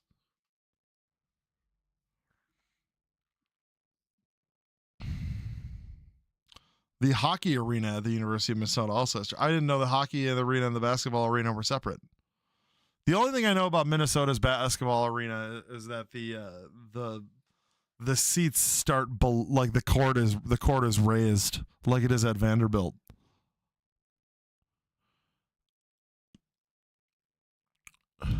But the point with showing you guys this is that it's a 3,500 seat arena.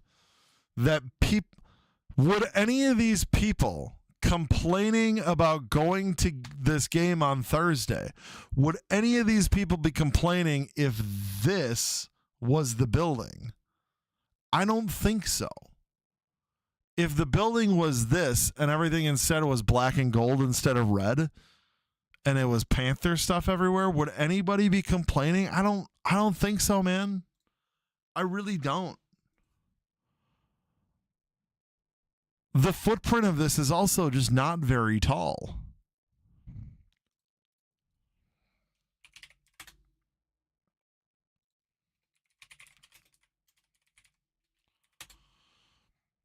Mahoney Arena at Fairfield University. It does not have a very large footprint.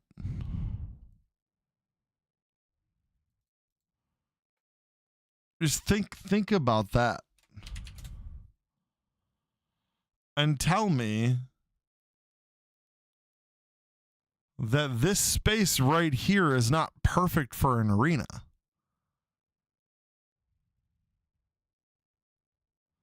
You have an arena, you have a space on campus. They had to take down this building because it was condemned. The Klachi Center is over here.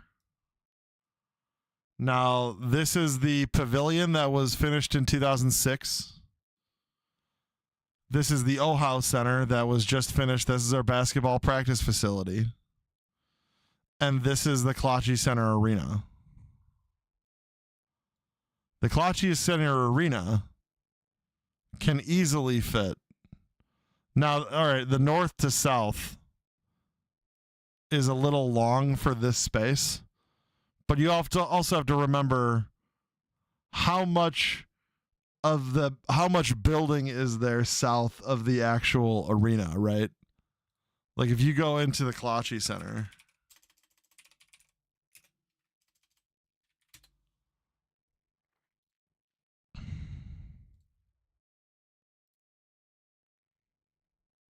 yeah.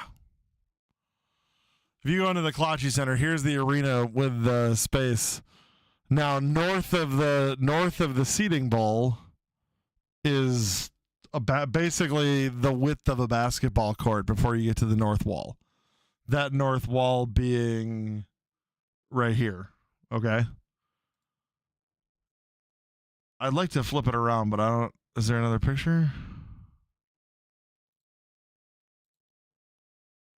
Oh, yes, an auditorium. Okay.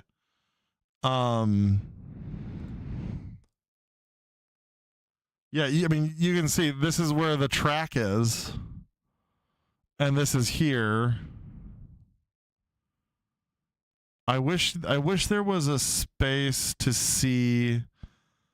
I wish there was a picture of everything south on the Klachi Center. Because this is the best picture of it, and as you can see, there's a lot of space. There's like a whole length of a basketball court south of building. Like this, like the actual court really ends right around here, right? So there's like a whole lot of space south on the basketball court. So if you were just build a seating bowl, if you were to build this, right? If you were to build this here, you would probably be able to build it with plenty of space on all edges of it, which you would also have to because of fire codes and stuff like that, with however much space you have. Now, people will be like, well, what about parking? Because everybody's worried about parking. Well, the nice thing about buying the Columbia thing is that you have a parking garage literally a shorter distance from that new arena than people currently park at the Hyatt garage. The Hyatt garage has a further space. In fact, we'll keep it at this size and flip it down here.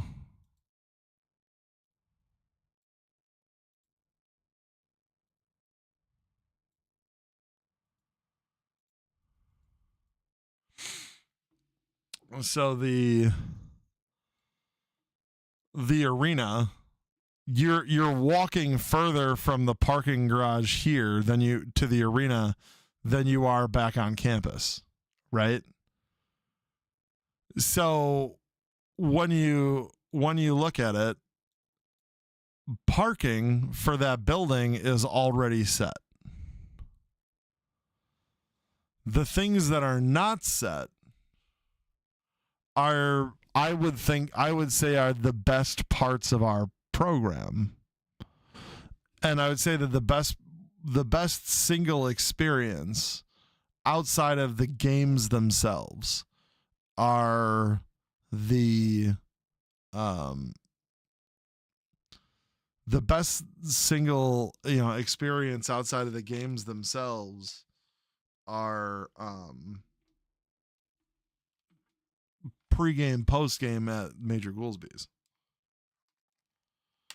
If you were to be going to a basketball game for your first time ever, you don't really know anything about the University of Milwaukee, but you know college basketball in general, and you've heard of the University of Wisconsin, you've heard of Marquette, but you haven't ever heard of the University of Milwaukee.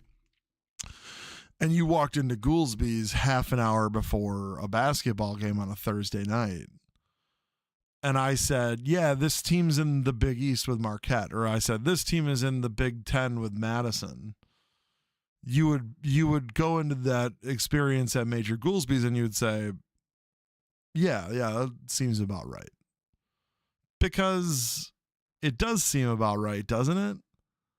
Because the Goolsby's experience, and it's not because we get amazing service at Major Goolsby's. A lot of times, and in fact, today was an example of Major Goolsby's giving us bad service. We had a number of fans who were saying that their servers were being really shitty and short with them, that were treating them kind of like crappy, and a bunch of our fans left. I don't know why that is. We give them basically the same revenue they get from Marquette games. I don't understand what. I mean, I'm sure there's more over the course of the entire season per home game that they get from Marquette, but it's not like it's with the attendance where we average 2,500 and Marquette averages 17,000. It's not like that. I think it's more like our fans probably give them like 70% of the revenue they get from Marquette over the course of the season on a per game basis, because you can't say for the whole season, because Shaka Smart doesn't like playing lots of road games because he's at a high major. That's just how high majors roll. Give Shaka Smart a lot of credit for playing at the University of Dayton and losing this year. That game is they're loving how that game's affecting their net rating. In fact, I kind of want to see what the Ken Palm is, but I'm not going to go over it. The point is, if you were to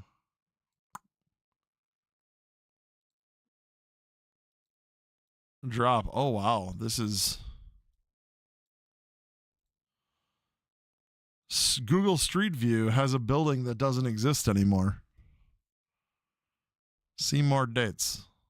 August 2021 was the last time they drove by campus. Incredible.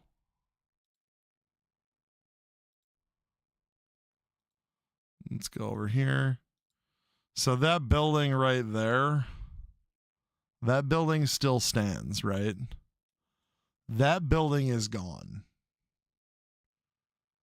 That building is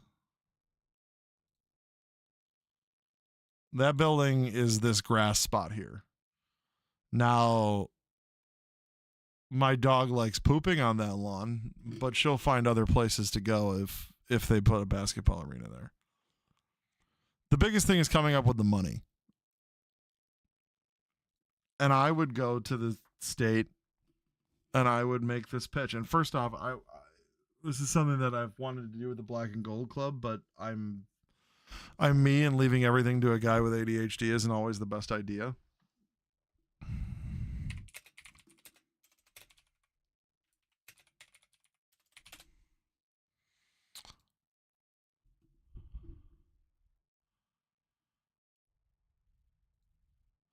IU Indy is getting $110 million. This isn't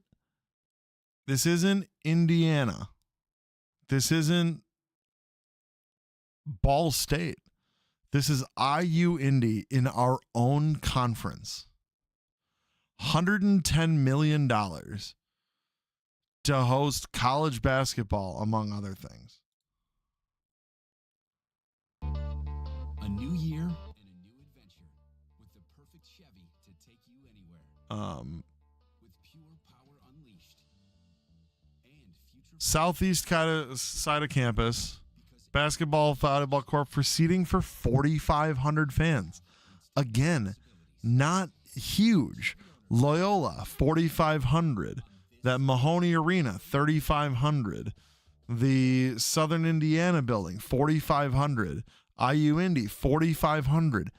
The arena on campus at Oakland is 4,000. Robert Morris's building that they just opened a little bit ago is, 4,000 seats. Look at this damn thing. I mean, these are renderings, but this is the kind of thing that you want. This is the kind of thing that you want to draw people into your campus with. You need to draw people to campus. I mean, look at that render. Oh God, let me get my stupid head out of the way. The arena also will have some office space for USA Oops. track and field construction expected to be finished. Transforming. No one loved Indianapolis. Let's just go to IU Indy's website. IU Indy Athletics probably has something here.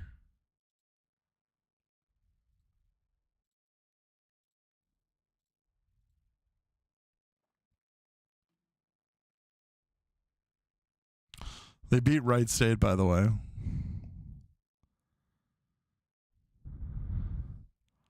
Fan zone. There's probably there's a facilities one everywhere. Here we go. James T. Morris Arena. So there's the rendering we saw initially.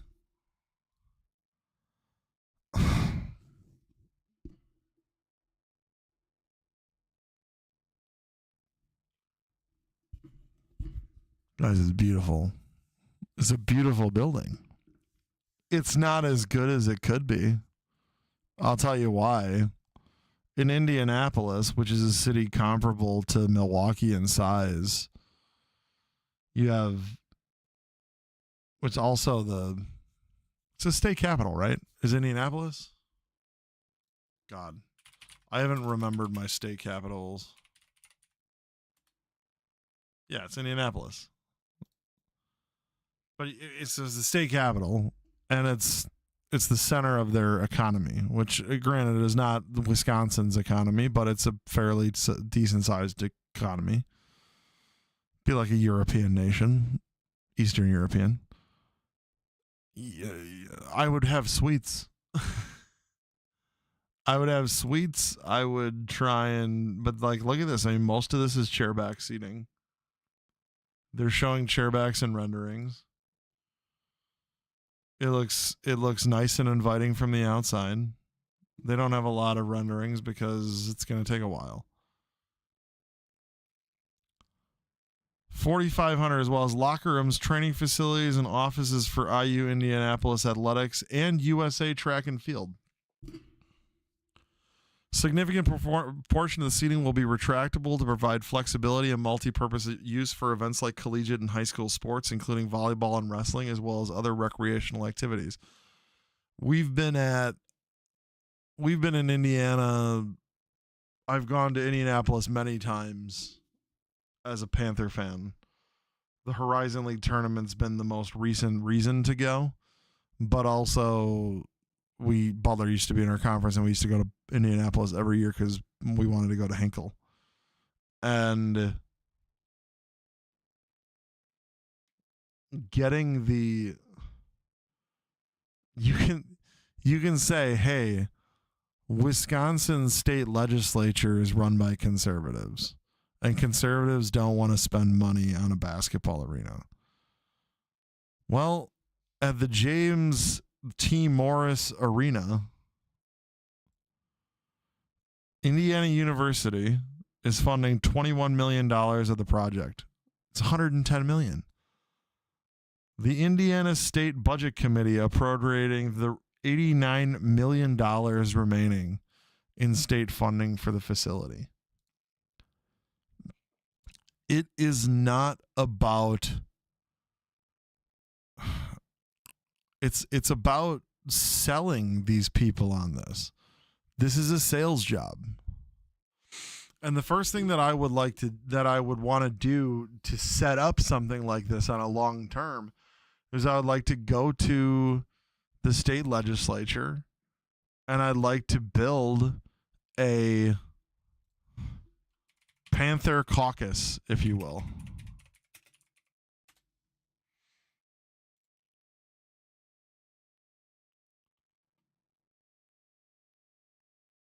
You have the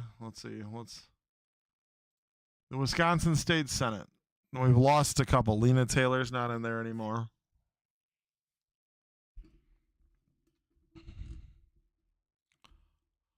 Andre Jacques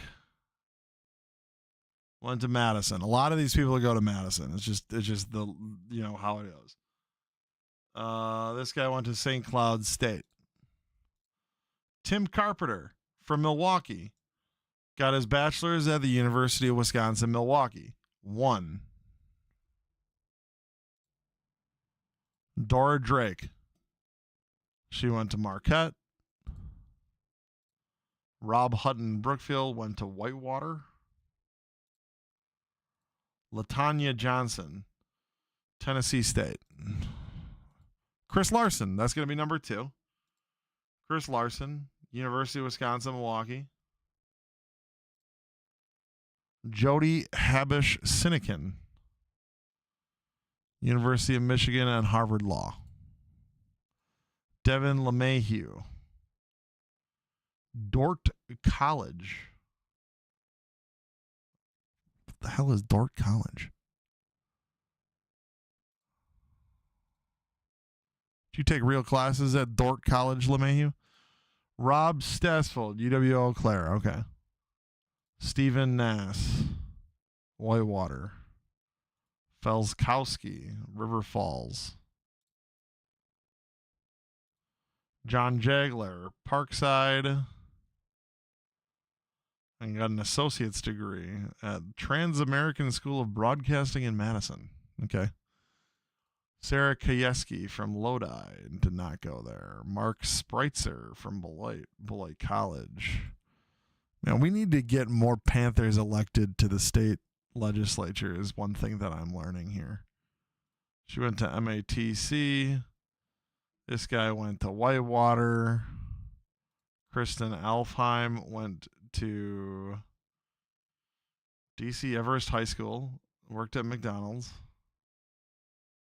Northland College. Okay, whatever. Is that the one that's getting shut down? Yeah, that's the one that's getting shut down. Let's see. Rachel Cabral Guevara got her master's degree at the University of Wisconsin-Milwaukee. That's 3 in the state senate. There are only 33 in the state senate, and we're about halfway through. Dan Fayen, Fox Valley Tech, Van Wangard.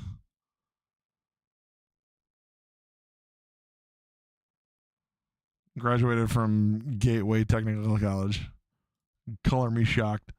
Robert Wirch, Parkside, got his bachelor's degree. We have a guy named Jesse James in the state senate. That's rad as shit. Chippewa Valley Technical College. Maybe I should run for office. Stevens Point. Let's see. Romaine Quinn. Oh my God, there's somebody from Green Bay that's in the state. That's crazy. Somebody in the state senate that went to UW Green Bay. Kel Leroy's NYU in Madison. Dan Hesselbein, Oshkosh, Julian Bradley. I don't know why I'm looking at this. It's Julian Bradley. I know that I used to be in Julian Bradley's district. Guy's not my kind of politician. Corey Tomczyk doesn't look like he went to college, which I'm not saying that's always a bad thing. We need people from all walks of life in the state legislature. Oh, this guy this guy graduated from high school and then got a job from his daddy. Brad Pfaff, Green Bay. Dude, there's 2 people from Green Bay in the state Senate? What the shit? Okay.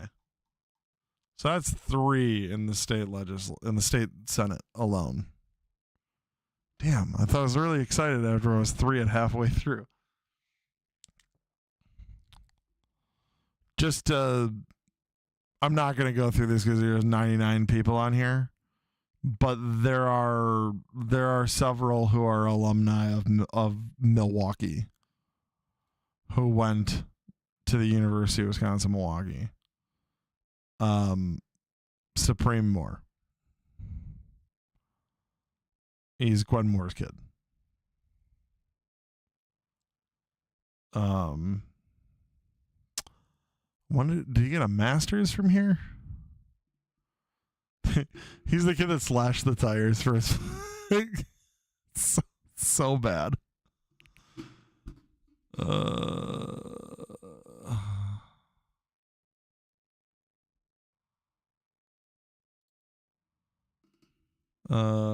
Let's see who else is there. Ryan Clancy, I believe, went to Milwaukee, right? Oh no, he went to Beloit College. I'm just curious about some of these. Jessie Rodriguez went to Marquette. No wonder I don't like her.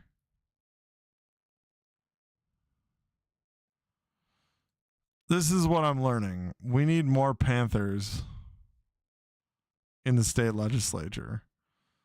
And the ones that are there need to be brought together in a specific way. I know for one, where's Jim Steinke? Why is he have such a... Is he not in the legislature anymore? No way. Great. So we've had we've had other people, Jim Steinke's gone, and what's her face, who was just up here in the state senate, was gone.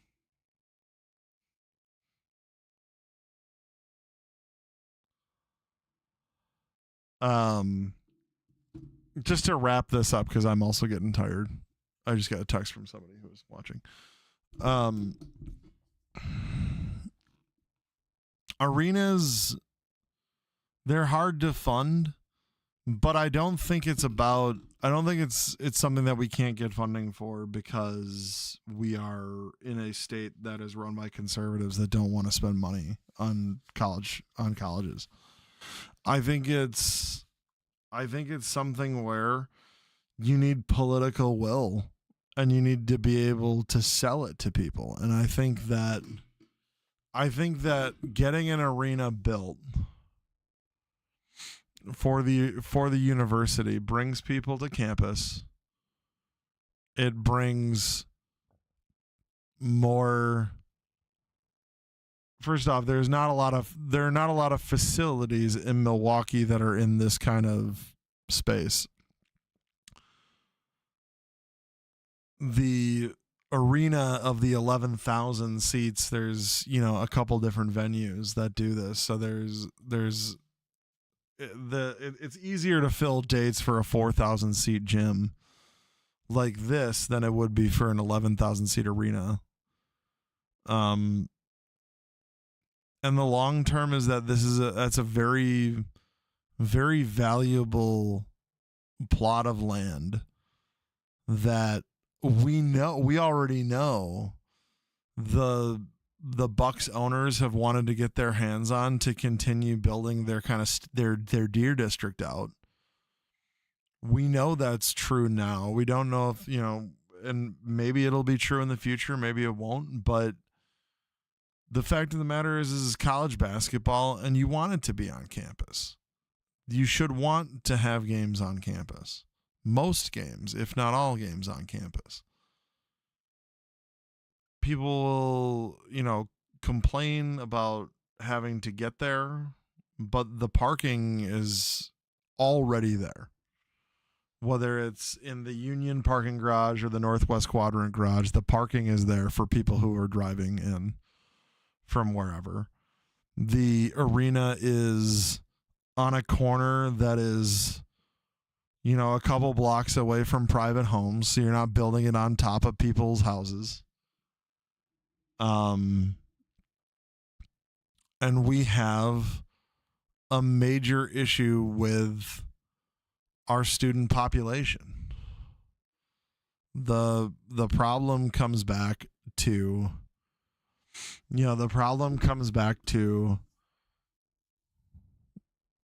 applications, enrollment, student engagement, student retention. Those are four things that need to be solved. Because when I was a student, there were 32,000 students on campus at Milwaukee, and today there are 24,000 students. And during COVID, it was less than that even. And we are coming into an era where there are fewer college students in the college-age population. There are fewer people willing to take on that kind of, financial responsibility of taking on that kind of debt to get a leg up on life. But every economy needs as many college graduates as you can get. The more educated a population, the better the economy does. That doesn't mean everybody has to go to college. I'm not saying everybody has to go to college, but there are a certain amount of people of college age that go to college, and I want to get the biggest possible piece of the pie that we can get while also being able to, house and take care of all those kids and be able to, provide the best possible educational opportunities for them that we can. You have to remember that we have this dual mission, right? We have the mission of being a top flight research university. We are a public urban doctoral research university. We are an R1. Carnegie rates us an R1, which is the top level of research. We are one of the 200 to 400 best research universities on the planet, not in the U.S., but on the planet. Research and getting things like patents and stuff are big for us as a university because that is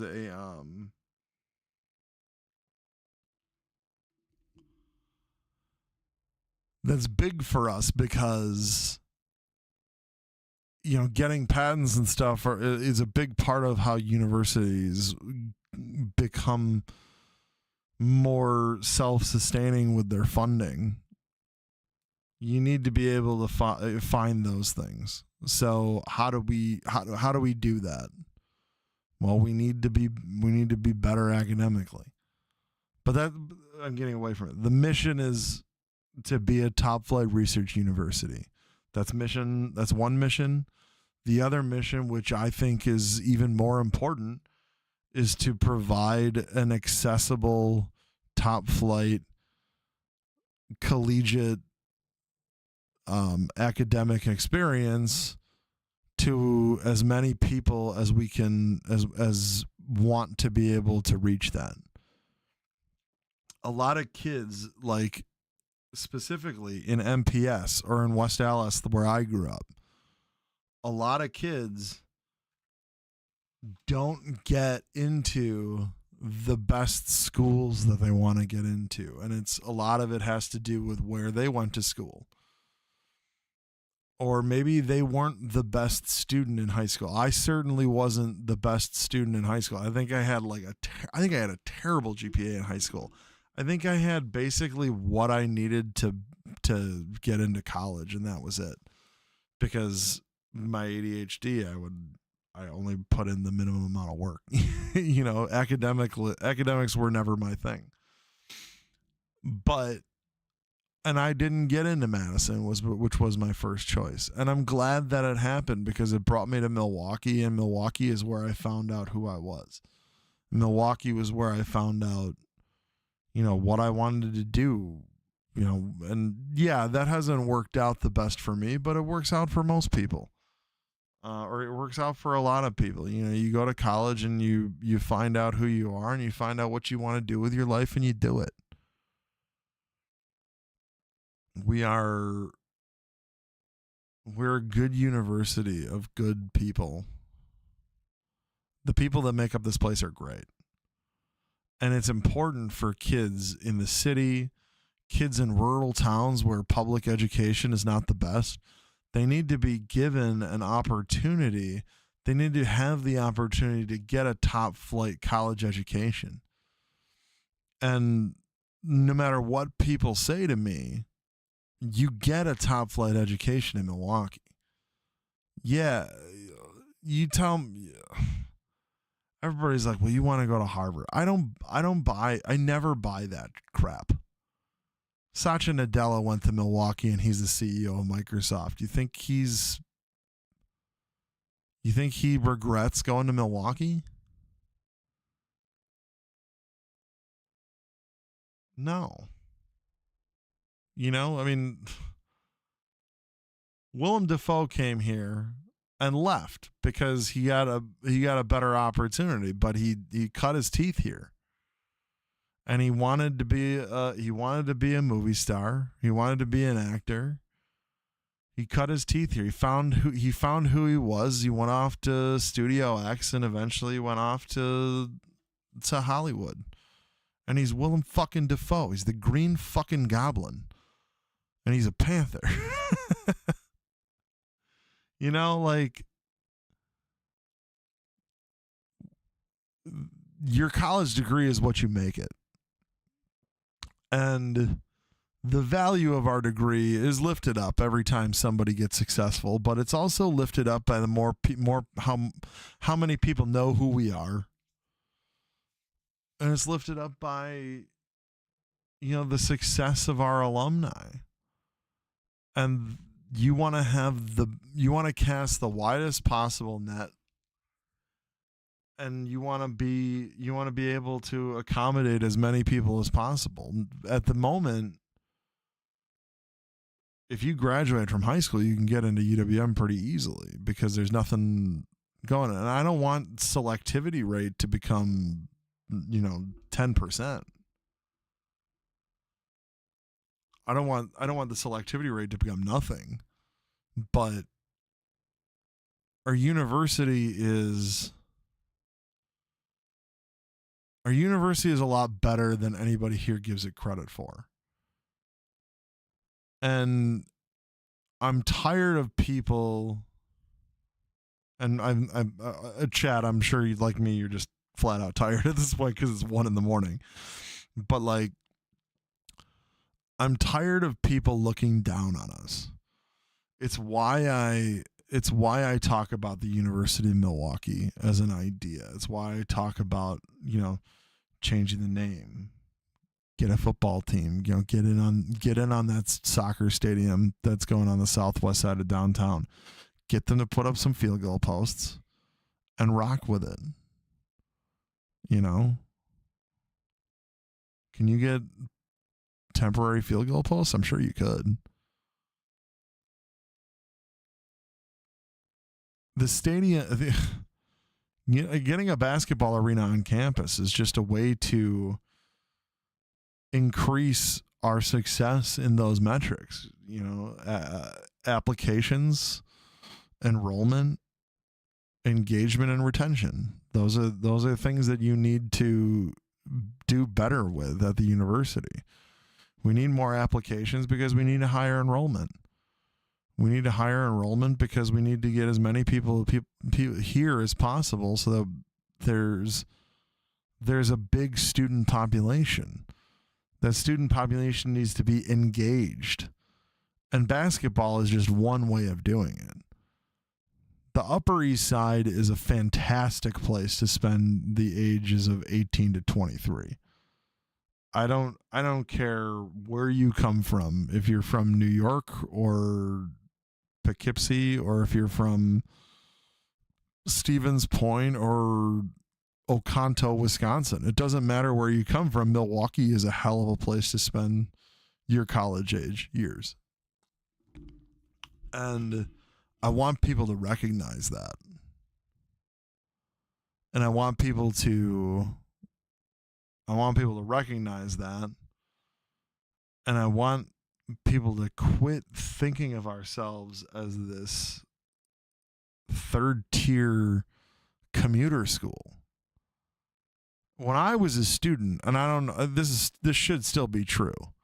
But when I was a student, there were more students living on the east side than Marquette had students total.